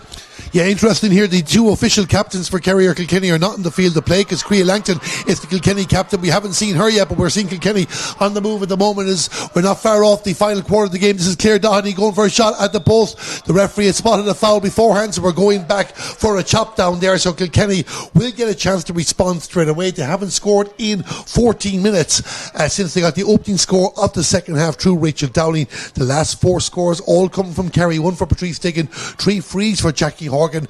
Daniel Morrissey outside the 45-metre line, the far side of the field, attacking the goal to the left. Can she get a big score for Kilkenny and get their noses back in front? Daniel Morrissey has got 3 points in the game so far, looking for her 4th. The umpire says no. It's another big miss for Kilkenny, Killian. No question, she missed one on, the early stages of the first half or second half, I should say, after, Kilkenny had got the first score of the second half, and that would have maybe given them a little bit of a catalyst. But since then, Kerry have dominated, and now maybe just the little bit of a cloud might be hanging over Kilkenny here a little bit. Yes, well, Kerry certainly getting a bit of momentum in this game now. Ellen O'Donoghue with the ball after good work by Ruth O'Connor. Ellen O'Donoghue goes again. This might drop down nicely for Amy O'Sullivan. Niamh Lee, he needs to be very, very careful for Kilkenny. She leaves it for the goalkeeper, Cliona Murphy, and Cliona Murphy out to Shauna Tracy of Barrow Rangers, and Shauna drives it down the field for Kilkenny again, but tennis style, it's knocked down by Michelle Costello. Eva Behan is in front of her outside the 65-metre line. Players batting in for both sides trying to get possession of the ball, but it's still the Kerry number 9. Her name is Ruth O'Connor, and she sends it down the far side to Jackie Horgan, who's out and clever play, Darren. Jackie Horgan using all her ability, was it? No, it was my mistake on that occasion. It wasn't Jackie Horgan. Jackie's gone back in the inside line. It might have been Laura Collins involved in that occasion, but Patrice Diggin is coming out to get involved in the action here at the moment, and she's going to take this free. But again, it was clever play there, using the body because, using the body, protect the ball to be able to get in over to pick it up, but also then if the defender came in on top, little bit of a nudge at all, it was going to be a free, and that's what resulted here. And a chance out for Kilkenny, a long range effort with the wind behind her. Patrice Diggin has done this type of free before. Imagine, Darren, chance for Kerry to go in front, and who would have thought that 10 minutes ago? Patrice Diggin has scored 4 frees in the championship so far. She missed an awful lot of action this year through injury. Only made her first start of the season against Kildare a few weeks ago. Drops down in front of the goalkeeper there. She batted it out. Jane Cass trying to get her hands in it, and Kerry are just attacking everywhere at the moment, and it's not to be for Kate Lynch there. It's going to be a free out for Kilkenny, but Kerry just getting that more dangerous, that more threatening, that much closer as it goes on. It's going to be a free out, and it's going to be taken by Cliona Murphy. Cliona Murphy made a great save against Derry at this stage last year when they went down after extra time by 21 points to 14. Wants to restart the action here. The sides are all square. Kerry 1-7, Kilkenny 1-7, and Cliona Murphy, the Kilkenny goalkeeper, sending it down the field. But again, you can see Kerry players getting involved, getting in the way. Ruth O'Connor is the player that tries to clear it out, but Kilkenny break it down and move down the far side of the field there. Daniel Morrissey is the player that's going to send it in towards the goal there, looking for the attacker, but it just gets away from Kilkenny again, and it's going to be a restart for Kerry. Another wide for the black and amber, and no luck on that occasion for Niamh Crowley to try and get her hands on the ball. That's Aoife Fitzgerald, the Kerry goalkeeper, just puts too much purchase on the pass for Caoimhe Spillane. Rose Kelly gives the pass out towards the right to Daniel Morrissey. Daniel Morrissey will have a go again at the post, and Daniel Morrissey puts the ball over the bar. The goalkeeper puts her hand up to acknowledge the error. Kilkenny go back in front. It is 1-8 to 1-7 favouring Kilkenny as we look at the clock, and it says we have 11 and a half minutes of action remaining here in FBD Semple Stadium, and Kerry will go again through Aoife Fitzgerald, and Aoife Fitzgerald will send the ball down the field, a good long distance on it down towards the opposing 45-metre line, and a foul committed on the Kerry player, and it might have been, I'm just trying to see, I think it was Ellen O'Donoghue that might have won the foul there. Amy O'Sullivan was there as well, but either way the decision goes Kerry's way, and Jackie Horgan, and she has the white brace on her left knee there. She'll come out to take this free outside the 45-metre line. A mistake by Kerry. Killian led to Daniel Morrissey getting a point to put them in front. Jackie Horgan should put us back all square here. Yeah, this, as I said, Darren, I wouldn't be surprised if we, the way things are playing out at the minute, it's getting quite tight now that you might be thinking there could be additional time in this, because just with the conditions, everything like that, Kerry, believing in every opportunity that they have, as that ball has gone out though to left and wide, that, missed chance, but I just think Kerry are putting Kilkenny under enough pressure here that this game, is not going to be decided in the next couple of minutes. It's going to be, one last score or something like that might happen ultimately. Yeah, the magnitude of the occasion, a few little mistakes starting to creep in from both sides. It's very, very tight. 1 point between the teams, and it favours Kilkenny at the moment as we approach the final 10 minutes of this Glen Dimplex All-Ireland Intermediate Camogie Championship semi-final in association with Entry, brought to you on the Camogie Association YouTube channel. And the battle is on here for a coveted place in Croke Park on August the 11th on All-Ireland Final Day, the biggest day of the Camogie calendar. Claire Doheney with the ball, sends it down in the direction of Rachel Dowling for Kilkenny. 3 points in play in the game. Can she find a way to get her fourth? She just can't get the ball up at the moment. The Kerry defence not making it easy. Sarah Murphy staying very, very tight with her, but she gets it one inside. Ruth O'Connor got a touch. Have walked out against her as Niamh Crowley battles for possession for Kilkenny.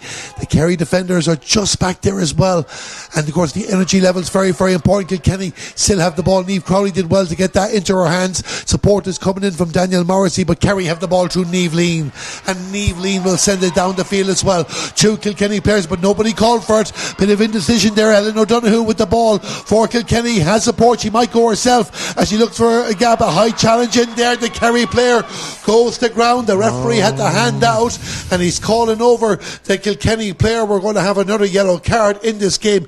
Ellen O'Donoghue, Killian, we have to say, especially she's been well involved in the action since she came out into the half forward line. Yeah, she has been, and a yellow card there, rightly so. The Hurley coming in contact there with the face guard of Ellen O'Donoghue, she made the way forward.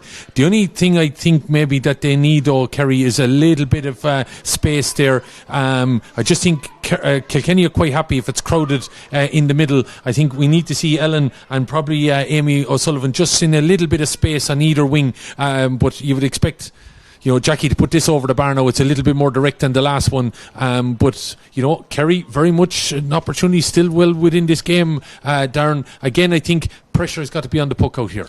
Ellen O'Donoghue scored a hat-trick for Causeway when they played in the Fela in 2018. She won the free. Jackie Horgan takes the free. The ball has gone over the bar. The sides are level with 8 minutes to go here in this All-Ireland Intermediate Camogie semi-final. Kerry 1-8, Kilkenny 1-8. Just a word for Niamh Lean in that whole debacle that went on down there for about 20 seconds or thereabouts to come out and win that ball in a forest of players. There was about 9 or 10 players there in that gap. A phenomenal centre-back play by Niamh Lean in winning that ball and ultimately set up the score.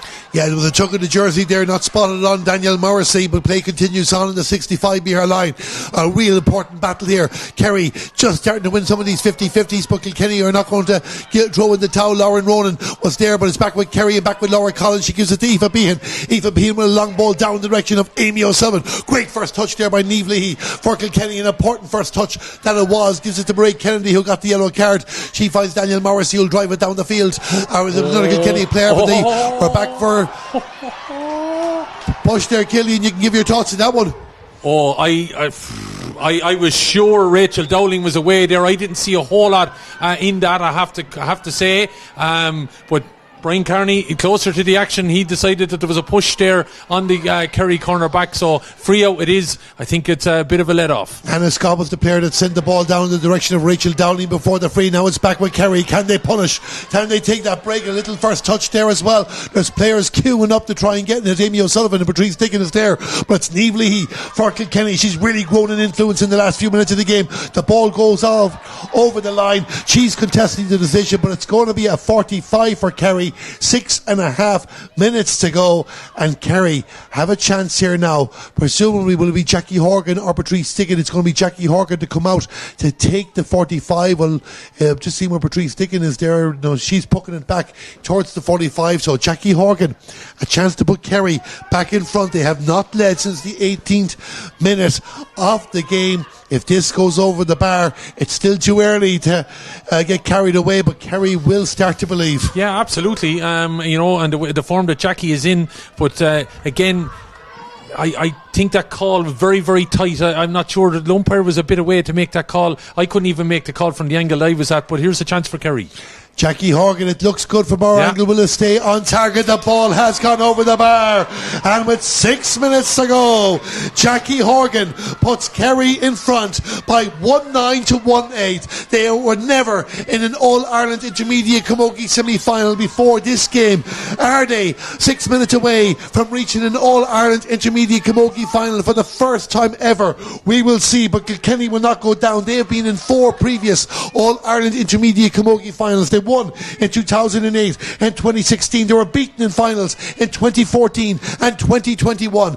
Daniel Morrissey plays the ball down the left hand side of the field. Do not forget that we have Cork against Offaly coming up at the end of this game, but Roisin Quinn gives the pass to Ruth O'Connor. Kerry being pushed back. Kilkenny about to put on the press like they did at the end of the first half. Daniel Morrissey sends the ball in towards the attack, hoping this might work out for Niamh Crowley. She has the ball for Kilkenny. Can she get inside their 2 Kerry players? She gains a few yards, looks for support, gives it back out towards Rose Kelly. Rose Kelly will go for a shot for Kilkenny to restore parity in this game, and she puts the ball over the bar. Rose Kelly with the score. Great work by Niamh Crowley. They're level for the 4th time, 1-9 apiece. Yeah, Rose Kelly, they got the goal, of course, just before the half-time break. Getting that, I thought the chance had gone a big and she'd been pushed out wide enough, but again, Kilkenny needing to keep the push on, the press on, because I think every time the ball comes down here, Kerry just seem to have the dynamism to be able to score, but Kilkenny need to send it up the far end of the field here. Hannah Scott blocked it down for Lauren Ronan, and now with another Kilkenny attack in. They get their noses in front. We're inside the final 5 minutes, just over 4 to go as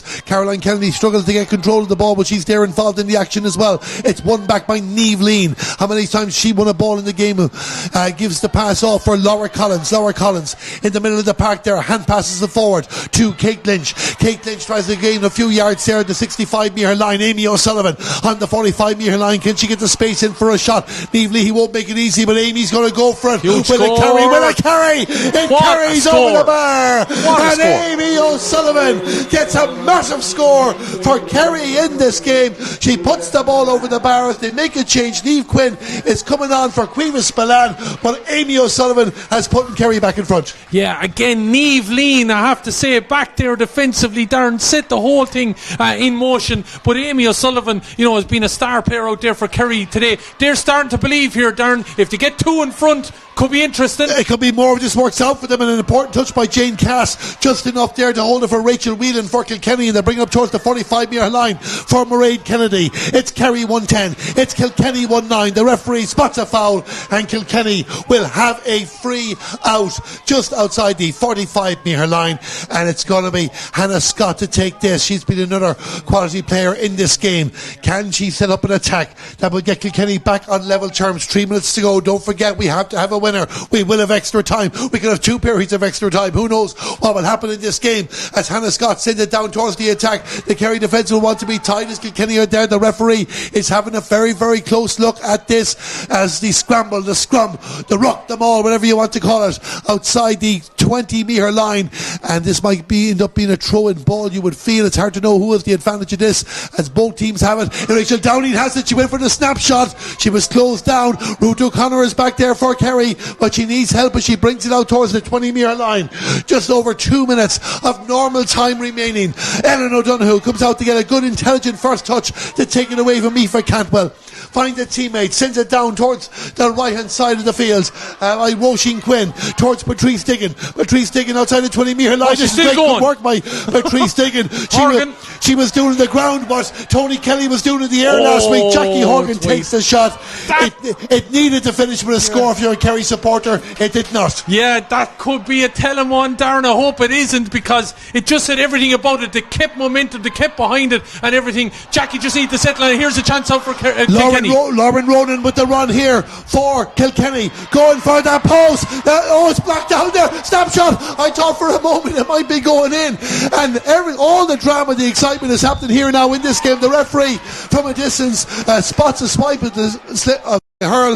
It's going to be a free out, but when that ball was batted down by the goalkeeper Fitzgerald, it could have gone anywhere. It could have gone anywhere. There's been 2 opportunities down towards that Kerry goal in the last maybe 6-7 minutes that there could have ended up in Kilkenny goals. Haven't that chance, I think it could have put the game to bed, Jackie Horgan, if it got over the bar. I just think Kerry now, the jitters, everything like that, as you said, Darren, there has been on occasion some mistakes have been made. Closing stages of this now, it's whoever steps up, wants to be brave here, will ultimately be in Croke Park in 2 weeks' time. I have to say one thing, Killian, I'm delighted I'm not the person picking player of the match today. There's so many contenders for both teams, but will we be picking it in the next few minutes, or will we be picking it in 20 minutes? We will see. We are inside the final minute of normal time here. It's Kerry 110, it's Kilkenny 1-9. We can tell you that Kate McCluskey for Kilkenny will be on the field of play in the next few minutes, you would feel, but Kerry, after the throw-in ball was won by Ruth O'Connor, and Ruth O'Connor sent it down towards Patrice Dingan. What a battle herself and Jane Cass are having, especially in the final quarter of this game.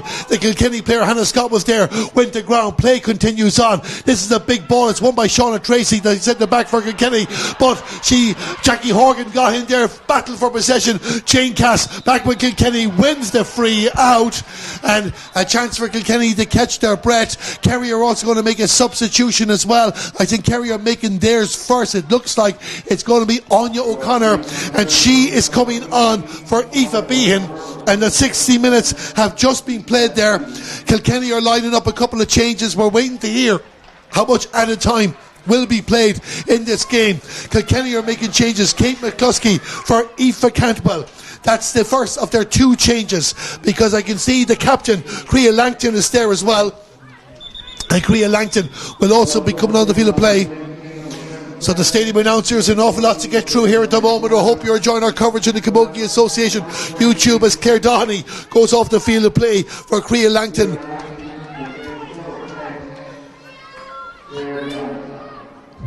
There'll be 3 minutes of added time. After all that. We all call it together, and one of those have been played. I wonder will that be added. So 3 minutes. I think we'll still have 3 minutes of Camogie to play, which will bring us to 4. But that's up to the referee, Brian Carney. Daniel Morrissey goes to ground. That looked like a foul, I have to say. Brian Carney done his linesman. The Kilkenny bench, Seamus Kelly looking for it. It was given as a sideline ball for Kerry. Some of the breaks just going the Kingdom's way here at the minute. Eve Lean will take this sideline cut inside her own half of the field. The next score, as Killian said there, will be massive, especially if it comes from Kerry. It'll ask a question. Kerry are already on a historic year in 2024. Can it get better? Daniel Morrissey is determined to spoil the party. She moves up the field. It's Kate McCluskey for Kilkenny, wearing number 27. Anyway. The Kerry player got in the way, but we're going back for the foul on Morrissey originally. It's going to be a free in for Kilkenny, and if this goes over the bar, a wise person will be betting on an extra 20 minutes of Camogie at least here. As we say, the 3 minutes have been signalled, but we've about a minute used in substitutions. We might still have a couple of minutes, but Daniel Morrissey, as the sun goes in, throws the grass up in the air to judge the win. She knows how critical this free is here in FBD Semple Stadium to level the sides. Daniel Morrissey with the free. It looks good for Moragan. The ball has gone over the bar. The sides are level. It's 110 apiece, Killian. Yeah, creditor stepping up over senior experience, you would imagine. Big ball, put her over the bar. And again, we're in the matter of closing stages here now, Darren. I still think, even though we've 40 seconds on the clock, there is going to be another little bit of time on that, because of the hold up when we started the injury time. But next score wins it, if that is possible. There could be 2 scores in this game yet, you would feel. This is a shot by Patrice Dingan. She was just shoved off her balance there. She went for it, and the ball goes to the right and wide. So Kilkenny don't waste time with the restart. Everybody's getting excited here, including ourselves in the commentary box. Who can get down and get to the composure? Maybe you can from Anya O'Connor, because she took the ball the far side of the field. There's a bit of space moving down the left hand side of the field. It looks like it's Niamh Quinn in possession there for Kerry. She tries to come inside, gives the pass for Jackie Horgan. Jackie has the ball, she'll go for the shot. The Kerry supporter says shoot. It's going to go to the left and wide. That's the 7 wide of the game for Kerry. Kilkenny have had 9. Kerry have had a few disappointing wides in the last couple of minutes. Yeah, that's 3 from Jackie in the last 10 minutes of the game, and to them, Vital, as we go to extra time here. The referee has blown for Kilkenny cutting in. The referee didn't allow for the substitutions there. The 3 minutes of injury time have been played. We are going to go to extra time here in this All-Ireland Intermediate Camogie semi-final. 1-10 apiece. Killing your overall thoughts of what we just witnessed. Yeah, look, it just goes to show you the conditions are obviously a key part, Darren, in that the breeze is causing, you know, whoever has it on their back to be able to put the press on, because you saw, you know, Kilkenny do that in the last 10 minutes of the first half. I think when they just got to grips with Kerry that little bit. But Kerry, once they got that point from Patrice Diggin after 36 minutes, then they controlled it for the next, you know, 20 odd minutes, and Kilkenny had to draw on all expertise and maybe experience and whatever they were to force themselves into this game. It could have gone either way, there's no question about it. I just think in the closing stages there, Kerry made a snatch at it. Now, I did call for bravery. You know, Patrice Diggin, I suppose you had to go for that chance. She's heading towards the sideline. What other opportunity had she put over her shoulder? But maybe the chance that Jackie had with a minute of normal time to go, when it would have made it a 2-point game, hope they won't be looking back on that as a missed chance. I think that one over her left shoulder as well over here. They're not far off the top of the D. She might reflect on it again. She could have maybe bought herself a bit more space to be able to be fairly easy on it. I think Seamus Kelly though would be worried. I just think Kilkenny in their forward movement have had a little bit of over-reliance on Rachel Dowling, and I think, you know, Danielle Morrissey. They need a couple of other players to step up there. I just think that they've been a little bit nonchalant on occasion. I think they would have been guilty of that at the start of the second half. They got the first score of the second half and they went 4 points up, and I think they thought this is just going to start to fall.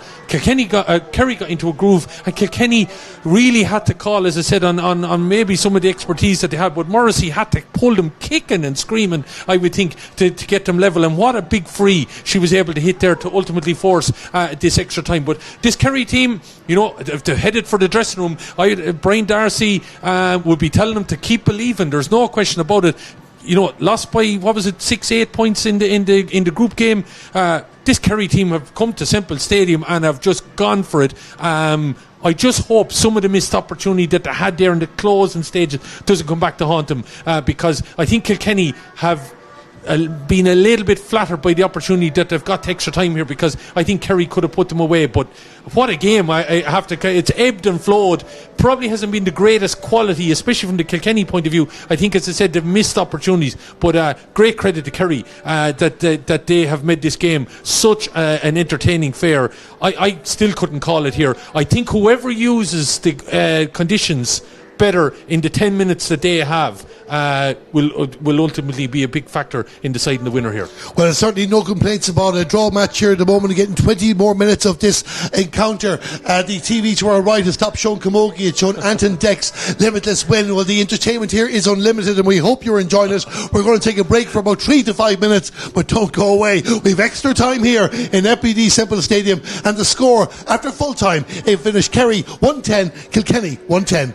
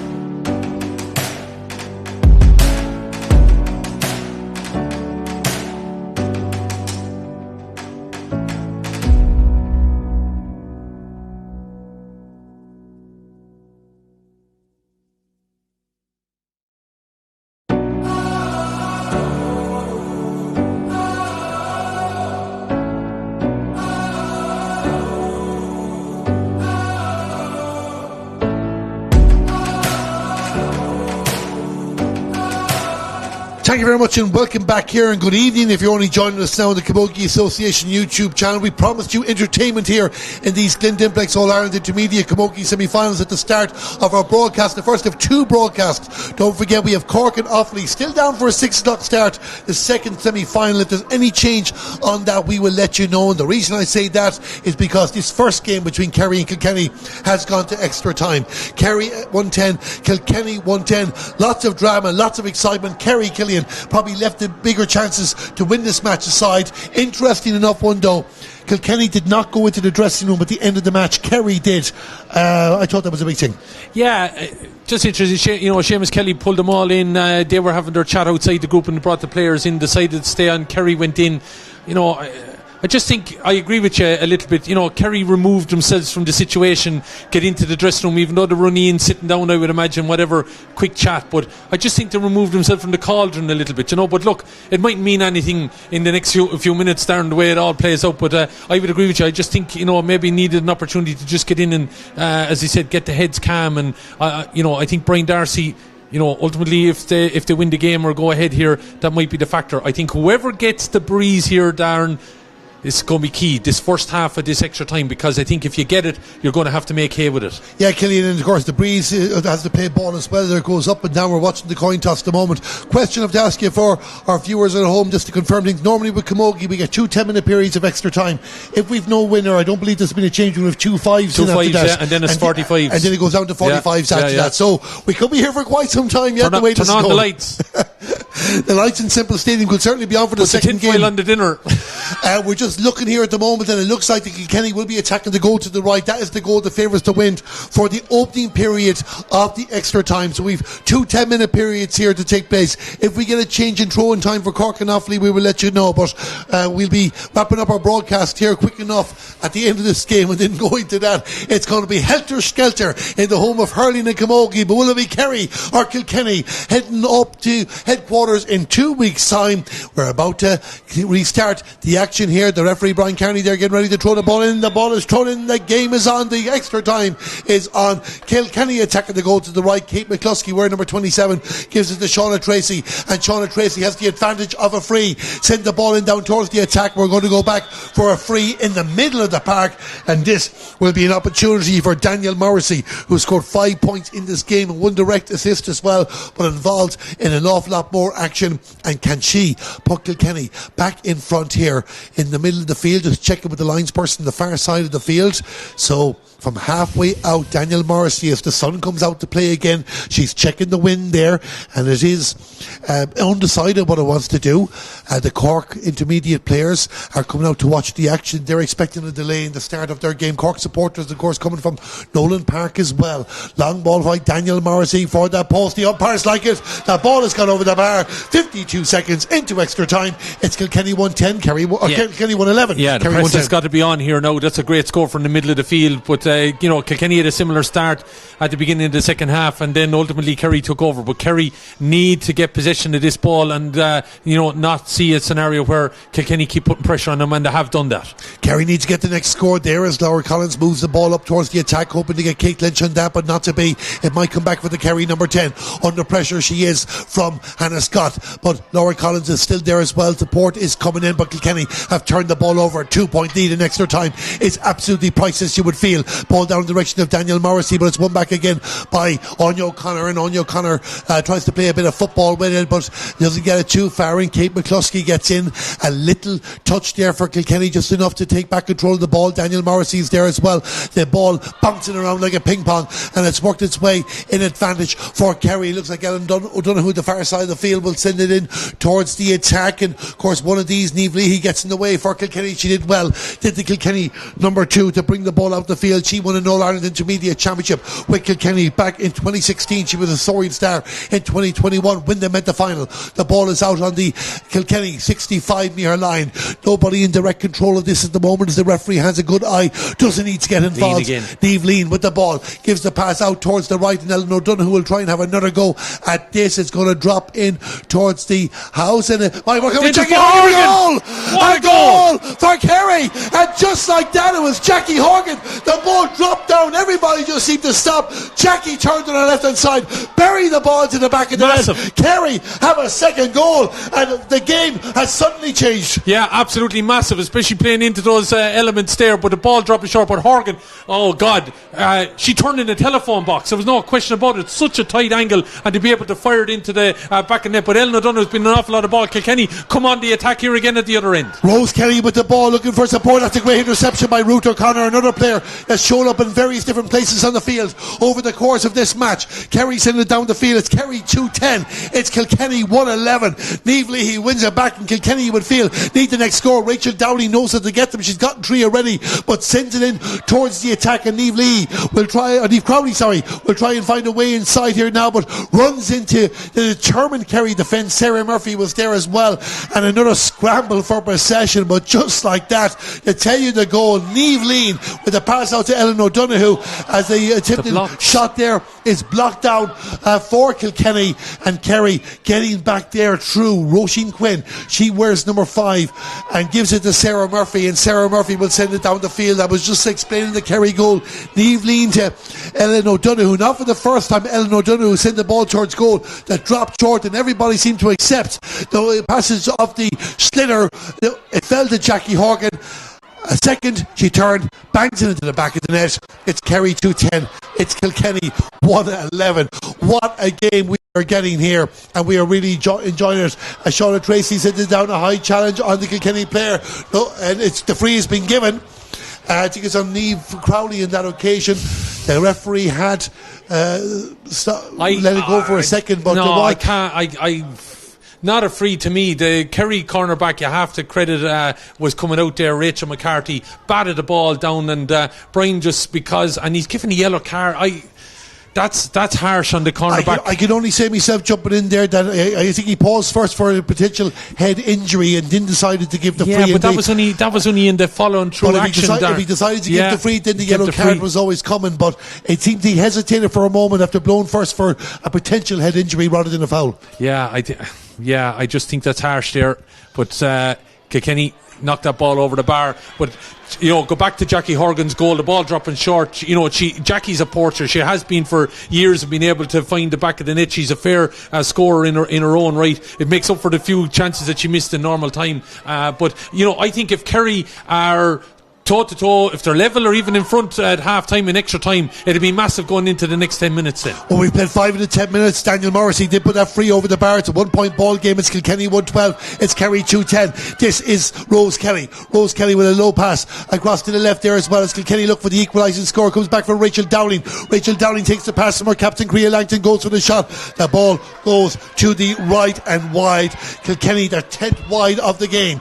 As we get ready to restart the action from Aoife Fitzgerald. Niamh Quinn wanted a quick one that did not come, and the goalkeeper, of course, in Camogie, you don't have to wait for a whistle, you can restart the action straight away. But Aoife Fitzgerald decided, Joel, let's hold a moment here, let's give the ball to Niamh Lean, who's been tremendous for Kerry. She finds a teammate as Laura Collins in down towards the attack as well. Kerry are very, very threatening when they get the ball. They're on the move again here now for Kerry. Amy O'Sullivan was there too, and an important touch by Niamh Leahy for Kilkenny to win the ball, gave the pass out, just overhit the purchase a bit, and Kate Lynch has won the foul in the process there for the contact, and it's going to be a free in for Kerry and a chance to restore their 2-point lead. Yeah, credit Caitlin, she didn't give up on that ball that came across, and then a little bit of a wild swing there from a Kilkenny player, and it gives it opportunity here to Jackie Horgan. But again, Kerry are finding holes in the Kilkenny defence. There was an opportunity there, maybe if that ball had got to hand, there was another goal opportunity. Have to say, we were looking for a short ball here from Aoife Fitzgerald from that puck out, but she found Niamh Lean, and Niamh is all of a sudden finding a bit of space, helping with those puck outs, because that was something that went wrong for them in the end of the first half with the ball, that they just weren't able to win their own puck out. It's a miss for Jackie Horgan, but the referee holding up the whistle here because there's going to be a change for Kerry. But Darren, look, I'd imagine Brian Darcy happy enough if he's within close proximity to Kilkenny at all here going into the second half. Ciara O'Sullivan is the player coming on for Kerry. She wears number 26 and she replaces number 5 Roisin Quinn. Substitutions very, very important in extra time. We have 3 minutes to go to the first break. We won't be breaking away from the broadcast in the middle of that. We'll keep chatting away during the break, and the referee says a charge by the Kerry player in on Rose Kelly, who is on the ground, and it's going to be a free for Kilkenny. Rose Kelly played in All-Ireland under-16 Camogie final against Cork just back in 2022. Got the goal in this game. Indeed, she scored 1-1 in the game, has had an assist as well, and wins the free. So we're going to have a hold up and play for just a couple of moments. But Killian, she's another player that's had an impact. Yeah, she's had an impact. The goal was obviously something that stirred Kilkenny into that lead that they had at half time. She got a point as well with 5 minutes of normal time remaining, that again put Kilkenny into a situation that they were within touching distance at that point in time, and obviously that aided then Danielle Morrissey to get the leveller. It was an important point for Rose. Rose, Rachel Dowling, Danielle Morrissey, they're standout players here for Kilkenny today. Shauna Tracy as well has to obviously get a mention. Niamh Lean for me, standout player for Kerry also. Cueva Spillane when she was on the field of play. Amy O'Sullivan, Jackie Horgan is to get credit.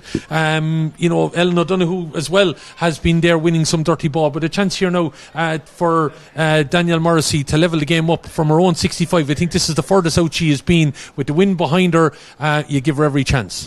Yeah, and we've just been told here that the second semi-final has been delayed to 6:30, so Cork and Offaly will throw in at 6:30. We're just getting word here at the moment as Danielle Morrissey takes the free, and it goes to the right and wide. So if you're checking in for the Cork Offaly game, it'll be a 6:30 throw-in for that, due to this match going to extra time and us no wiser on who the winner will be in this game. Kerry lead by a point. We've a minute remaining at the end of the first half. Rachel Dowling has a chance to level the teams. This is going to be close. And Rachel Dowling puts the ball over the bar in the final minute of the first period of extra time. We're level again. Her fourth from play. It's 113 Kilkenny, 210 Kerry. Yeah, Rachel Dowling has popped up with a couple of big scores again, as I said, in the first half when they were starting to mount the lead after turning over Kerry. Then she got a point at the start of the second half. Now that one leveling the game up here. So Kerry, got to be careful now from that point of view. Kilkenny sniff maybe a goal here opportunity. Niamh Crowley with the ball, trying to get herself within range, tries to get the pass off. She might have a second go at this. This is Caroline Kennedy, and Caroline Kennedy's effort is blocked down on that occasion, and Kerry win the ball back and out the far side of the field. And another bout of resilience, stubbornness and determination from the Kerry full back line. We're going to have one added minute of extra time. Kilkenny trying to finish this period strong. They're getting chances, but Kerry are holding them out. Yeah, Kerry are holding them out. Rachel McCarthy was the one that cleared. Sarah Murphy, I think, was the one that got the block. I think she might have got a bit of a knock to the body as well. The shot maybe across the ankle, but just resolute defending on their part. Chance for Danielle Morrissey. This goes over the bar, Darren. A 2-pointer will be perfect timing if you're a Kilkenny person. Didn't get the contact in that she wanted. Will it find a teammate? It finds Michelle Costello, but she plays for Kerry. Michelle Costello will be pushed down to the corner, blocked down there on that occasion. I think it was by Crea Langton, and it's going to be a Kerry sideline ball coming out the field of play, and we will restart the action with that, and that might bring us to the thing. We're getting more news in with the confirmation that we just announced that Cork and Offaly will start at 6:30 and not 6 as originally advertised, and Niamh Lean is going to take this sideline cut inside her own 13-metre line. There's a Kilkenny player on the ground there. Is it Rose Kelly again receiving more attention, and hopefully she hasn't picked up a serious knock. It's the second time, a bit of cramp, and of course that's going to be a factor as well, as we've nearly a minute played here. Kilkenny are going to get another opportunity. Kerry's sideline cuts have not been good in this game, Killian, and I think we'll agree with that. Kilkenny have been slightly better, even if we haven't got that big 2-point special that we've been hoping for from Danielle Morrissey in this game. Will it come? This would be a huge swing if she got, again, you can't keep bigging it up. She's had a number of opportunities, hasn't converted them. That one looks decent. It's going to be close, but into the hands of the goalkeeper, Aoife Fitzgerald. The referee blows for the half time in the first period of extra time, and it's as you were, still all square. Kerry 210, Kilkenny 113. Killian, your overall thoughts in the last 10 minutes? Look, the goal, I think, has been huge for Kerry, because they offered not a whole lot else of a scoring threat in that half. I think this is now the 10 minutes, Darren. This will ultimately, Kerry, if they pitch a tent down here, will, I think, can see themselves into the All-Ireland final. To get that goal has been huge, because I think if they were coming from behind 2 or 3 points, it would take a human effort. They now know they've only got to get a couple of points, probably just to keep Kilkenny at bay. I think it's advantage Kerry. I just think they're moving that little bit better. Kilkenny look like they're going to make another couple of substitutions. But look, who am I to say I'm not down there? Players suffer differently now. But I feel that Kerry's press has been that little bit better, especially in that second half on Kilkenny. I still feel Kilkenny haven't taken fire. You know, they've had players that have keep them chucking along here. But Kilkenny, they need something big now, because the backs are to the wall here a little bit, because it's level, and they really should feel that there should be 3 or 4 points up here. There's no question about that. Yeah, but there's a good point there as well, because while we're up here in the commentary box, as you can see there in your pictures, FBD Semple Stadium looking absolutely superb. There is a significance with regards to the 2 goalposts, because the wind, whatever wind here, is blowing towards the right and away from the scoring goal. Like, Kerry got 4 scores in the first half of normal time. That was, of course, included the goal. Kilkenny got 4 scores into that goal. That's the goal to the left in the second half. And Kerry, of course, just getting the 1 score there as well. That was the goal from Jackie Horgan. So it puts the pressure on Kilkenny, Killian, because if there isn't a second goal in Kilkenny, they're going to have to get, you would feel, 3 or 4 points. Definitely 2 anyway, at the very, very minimum, where the stats don't favour that way. So if Kerry do not concede a goal, manage to pick up 2 or 3 points themselves, they'll be there thereabouts. Yeah. I think, to be sure, I think Kilkenny need a goal, and you know, they've been probably threatened there on occasion, and they haven't taken it. I think they may have to get that, just to be sure, because I just think the Kerry inside forwards could produce something that they could find another goal, you know. So like, They got to keep the heads here. If you're Kilkenny now, got to keep the heads. But I'm still looking for 1 or 2 other players who need to step up and be of support. Rachel Dowling had a big half there. I just thought got involved in an awful lot. Rose Kelly as well. But they've been the standout players for Kilkenny here today, along with Danielle Morrissey. But who knows? There might be someone that comes a bit of a hero in this extra time here now, Darren. I just think it favours Kerry that little bit, because the wind behind them, the sun is on their back, they're attacking the town goal. Anything is possible here now if they want to believe it. But for Kilkenny as well, experienced heads probably been in this situation before. There are a number of players out there. Obviously, they've won an All-Ireland Intermediate title, have been in an All-Ireland Intermediate final. That hasn't been for Kerry, although they have won a Premier Junior title. But look, it's still all to play for here. It's an interesting psychological breakdown here now. It's who wants it more ultimately. Well, whether you're from Kerry, whether you're from Kilkenny, or just a neutral tuning in to enjoy the action wherever in the world you are, we hope you're enjoying our coverage of this Glen Dimplex All-Ireland Intermediate Camogie Championship semi-final on the Camogie Association YouTube page, brought to you in association with Entry. Kerry attacking the goal to the right in the second half. The sides are level. Will these next 10 minutes decide this match, or will we need another? Daniel Morrissey is a player well capable of deciding games. He goes with a shot, and it drops over the bar. 20 seconds into the second period. Daniel Morrissey with the score. It's Kilkenny 114, Kerry 210. It's not to say you wouldn't have fancied her to hit that score, Darren, but the bravery to go for it, heading out towards that 45-metre flag in the sideline, excellent score from her. And again, sometimes on occasions leaders step up, but here come Kerry again. Ellen O'Donoghue, here comes Kerry. Kilkenny did get the first score of the second half against the wind. She gives the pass out to the right. The ball has gone over the bar. What a great response straight away there from Kerry to level the teams, and it came from Patrice Diggin. I think she changed her helmet, has she? Well, it was Patrice number 11 it was it was Patrice Diggin over the bar. Ellen O'Donoghue, Darren, I have to credit her for a little bit of a diminutive character in size. She's well able to win a 30 ball, get in around player and offload the pass. Her ability to win that dirty ball as such has been a key factor, I think, in Kerry being in the position that they are here. Yeah, no, sorry for my pause there for a moment. I think Patrice Diggin has changed her helmet, because she had a white helmet on earlier on, and that will lead to my pause. But it's 211 to 114 either way. You're looking at Kerry are back level, the sides level for the 7th time in this game. We played a minute and a half of the second period of extra time. A Kilkenny player in a bit of distress, and of course, again, as we mentioned, cramp, niggles, things like that are going to be massive now as this game gets down to the closing stages of action again. And it's a big demand on these players, but it just goes to show how much it means to them that they'll continue battling all the way until the final whistle as Hannah Scott gets back on her feet. Yeah, it's all about game management now as well, Darren. The scenario of being I'd imagine, the blood pressure's up, everything's up, the anxiety kicking in, nerve, everything like that can obviously impact on some of the mental decisions that players make, and ultimately it's ones that are maybe in key pressure situations that are able to make the right call. You'd hate to see a mistake maybe ultimately decide this encounter, but unfortunately that sometimes can happen when tiredness and cramp and everything kicks in. But Kerry coming on the attack here again. Niamh Lean with the ball there, and good work by Kerry to turn it around there, sending it down in towards the attack towards Patrice Diggin. Patrice Diggin there trying to get possession of the ball, but it's Kilkenny coming it out there. Good work by Jane Cass, and the foul was committed, so it's going to be a free out for Kilkenny just inside their own 65 metre line. Nearly 3 minutes gone in the second period here as Hannah Scott gets ready to take the free. Let me tell you a story about Hannah Scott. Of course, like many a young player, she would have practiced out in the back garden with her family and with her father back in the day. One day she hit her sister in the head with a hurl, and the parents decided anymore if you wanted to play hurling in the back garden, you had to play with helmets. That was about around the time the helmets became compulsory in Camogie. Hannah Scott having a factor in that as well. But would she have a factor in Kilkenny making the All-Ireland final? We will see. A snapshot at the post has gone to the right and wide. There's so many changes taking place in this game. I think that was Afton Grace that might have had to go with that. Yeah, Afton Grace there with the wide she on there just said before the half-time break in extra time. It's still draw game here, Darren. Draw game there now as the ball goes down towards the opposing 65 metre line, and Jane Cass again.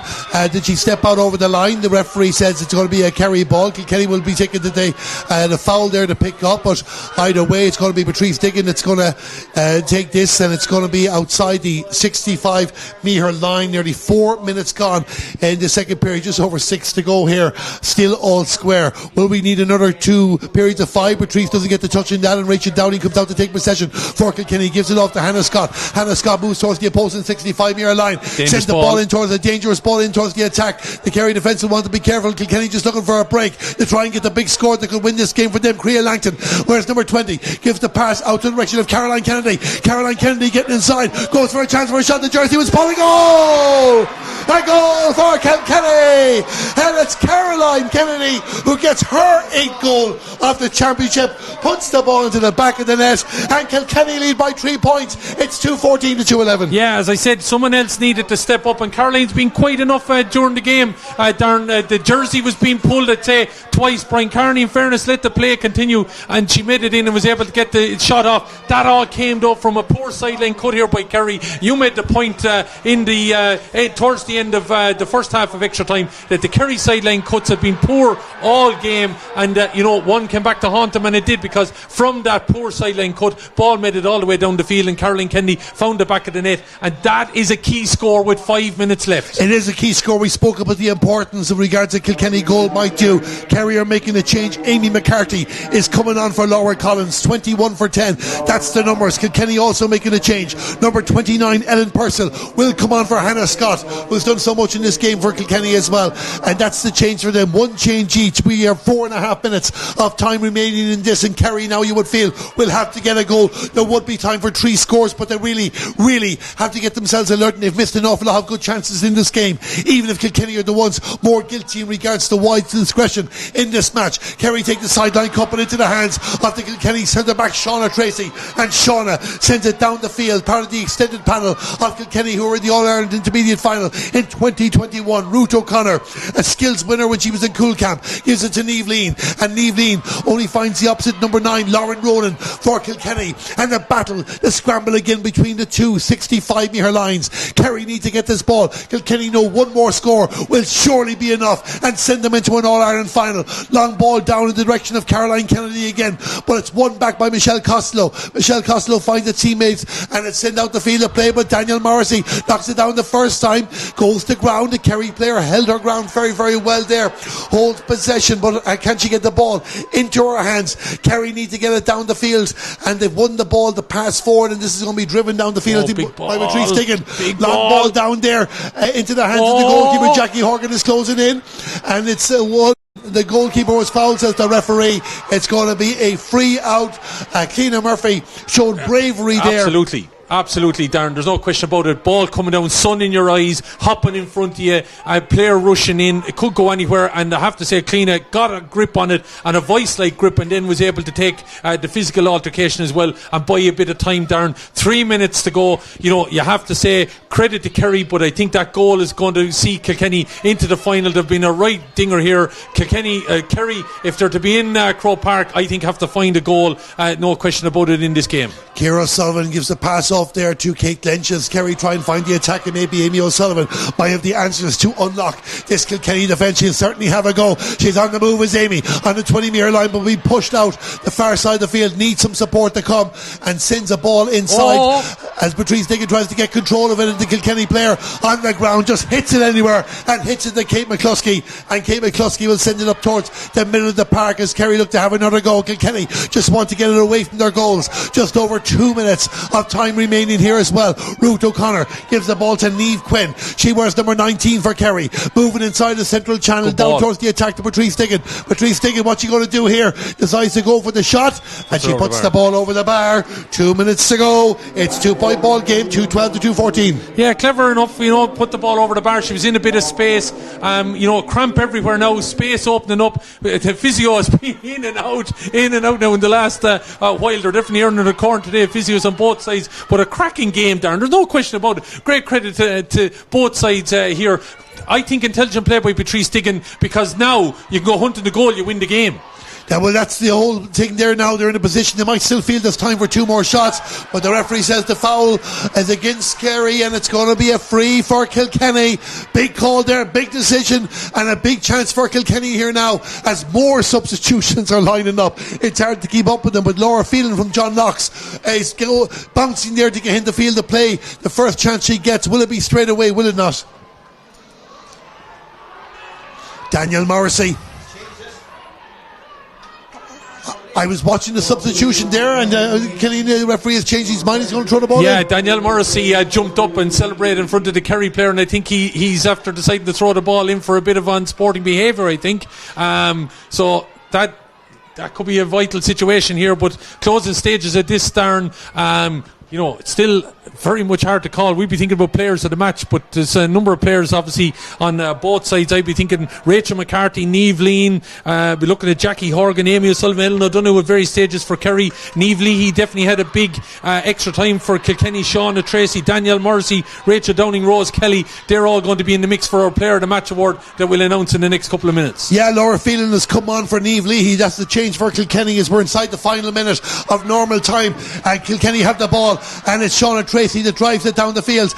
One more score for Kilkenny will surely get them over the line here as well, but Kerry will need to get a goal. How much time will be given? We keep an eye on the fourth official, we keep an eye on the action. We're going to have 2 more minutes, 2 minutes in this game. Is that enough for Kerry to save it, or is it enough for Kilkenny to bring this over the line and book their place in the Glen Dimplex All-Ireland Intermediate Camogie Final? Killian has gone from us here in the commentary box. He has gone down to the field of play to get a post-match reaction, provided we have a winner, of course, because it's not over here yet, and play is out the far side of the field as Kilkenny just try and hold on to possession for another 100 seconds, and that'll be enough to send them into the All-Ireland Final.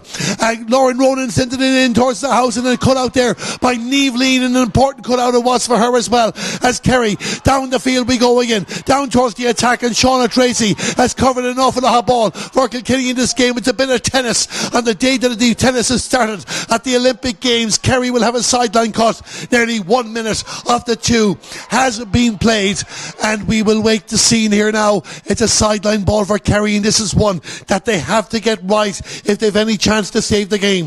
It's Kilkenny 2-14, it's Kerry 2-12, and Ruth O'Connor will take the sideline ball for the Kingdom down in towards the attack, but Shauna Tracy is just reading the gap, and she is clearing the ball down the field as well, and Niamh Lean, who's been superb for Kerry in this match, takes back possession. 40 seconds of the added time remains here.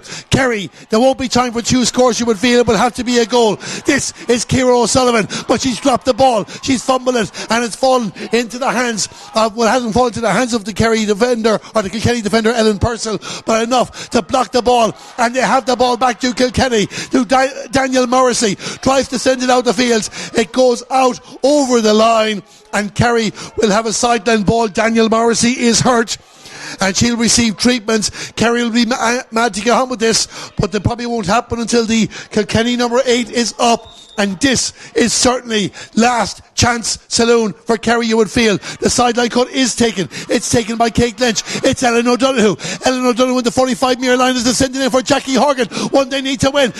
Might break off for Amy O'Sullivan. The Kilkenny defender is back as well. The ball has not been claimed by either team. Who has the ball? Ellen O'Donoghue, is it? Well, it's hard to tell at the moment, but Kerry desperately trying to get a shot off the post. Not to be. The referee looks at the watch. It's all over.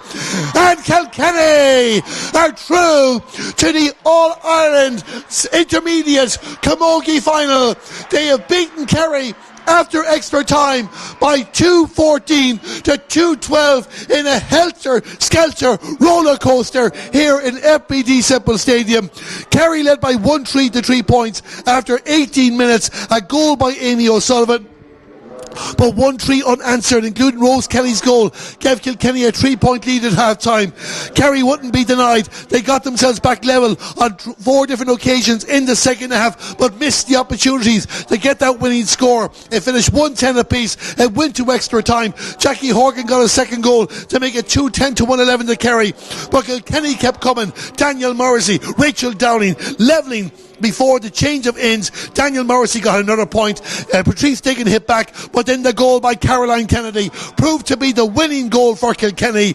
And despite Kerry getting back with another Patrice Diggin score, not to be for them. Heartbreak for Kerry after reaching a first ever All-Ireland Intermediate semi-final. They couldn't get over the line to make it to Croke Park. For Kilkenny, following the disappointment of their seniors this year, the intermediates for the first time in 3 years are back in the decider. They're 16 minutes away from a third All-Ireland Intermediate Championship, but Kerry, hard luck to them. Kilkenny are the winners, and I believe now we're going to go down to pitch side. I'm just checking there. We're going to hold on there for a moment. We're going to have a quick 10-second break, and then we're going to join Killian Whelan down in pitch side. The results of this game: Kilkenny 2-14, Kerry 2-12.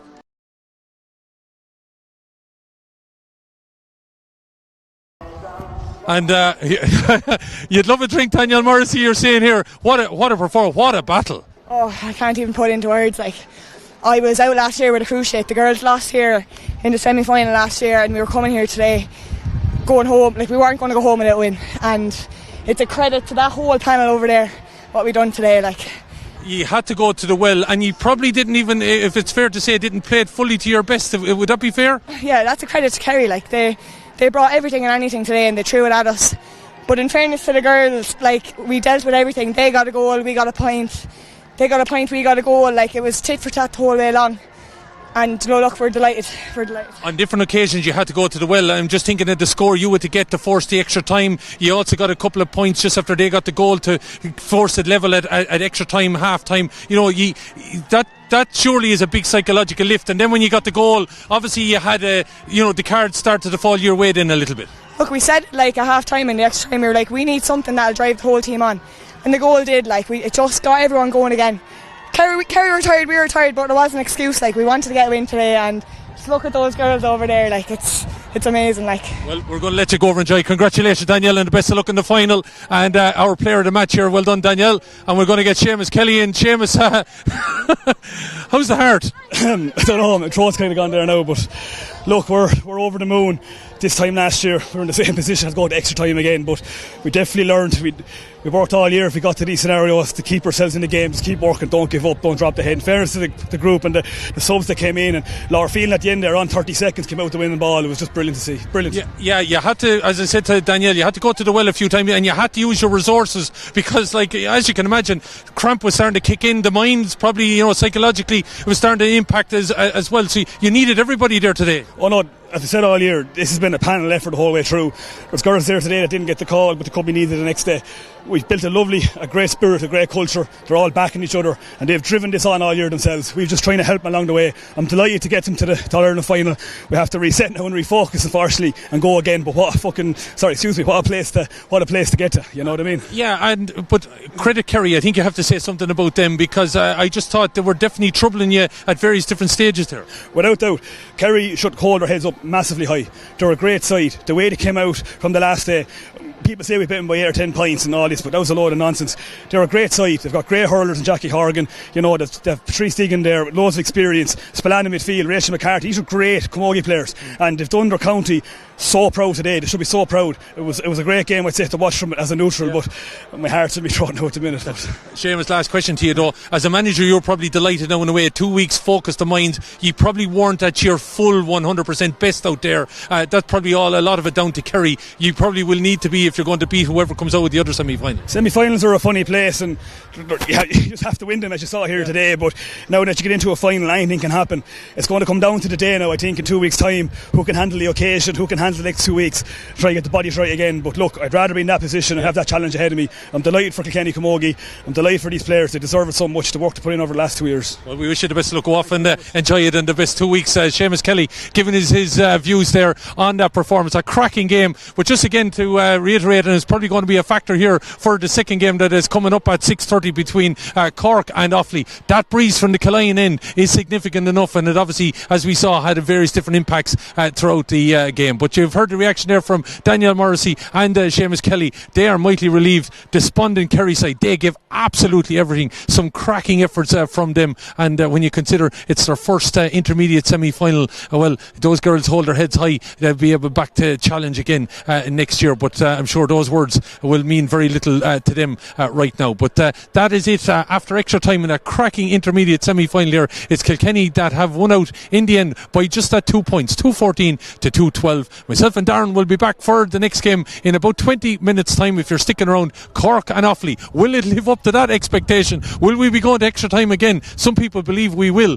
Well, let's see how that plays out. But for the moment, from myself, Killian Whelan, Darren Kelly and David O'Shea, we'll end our broadcast here. Rejoin us in a couple of minutes for Cork and Offaly.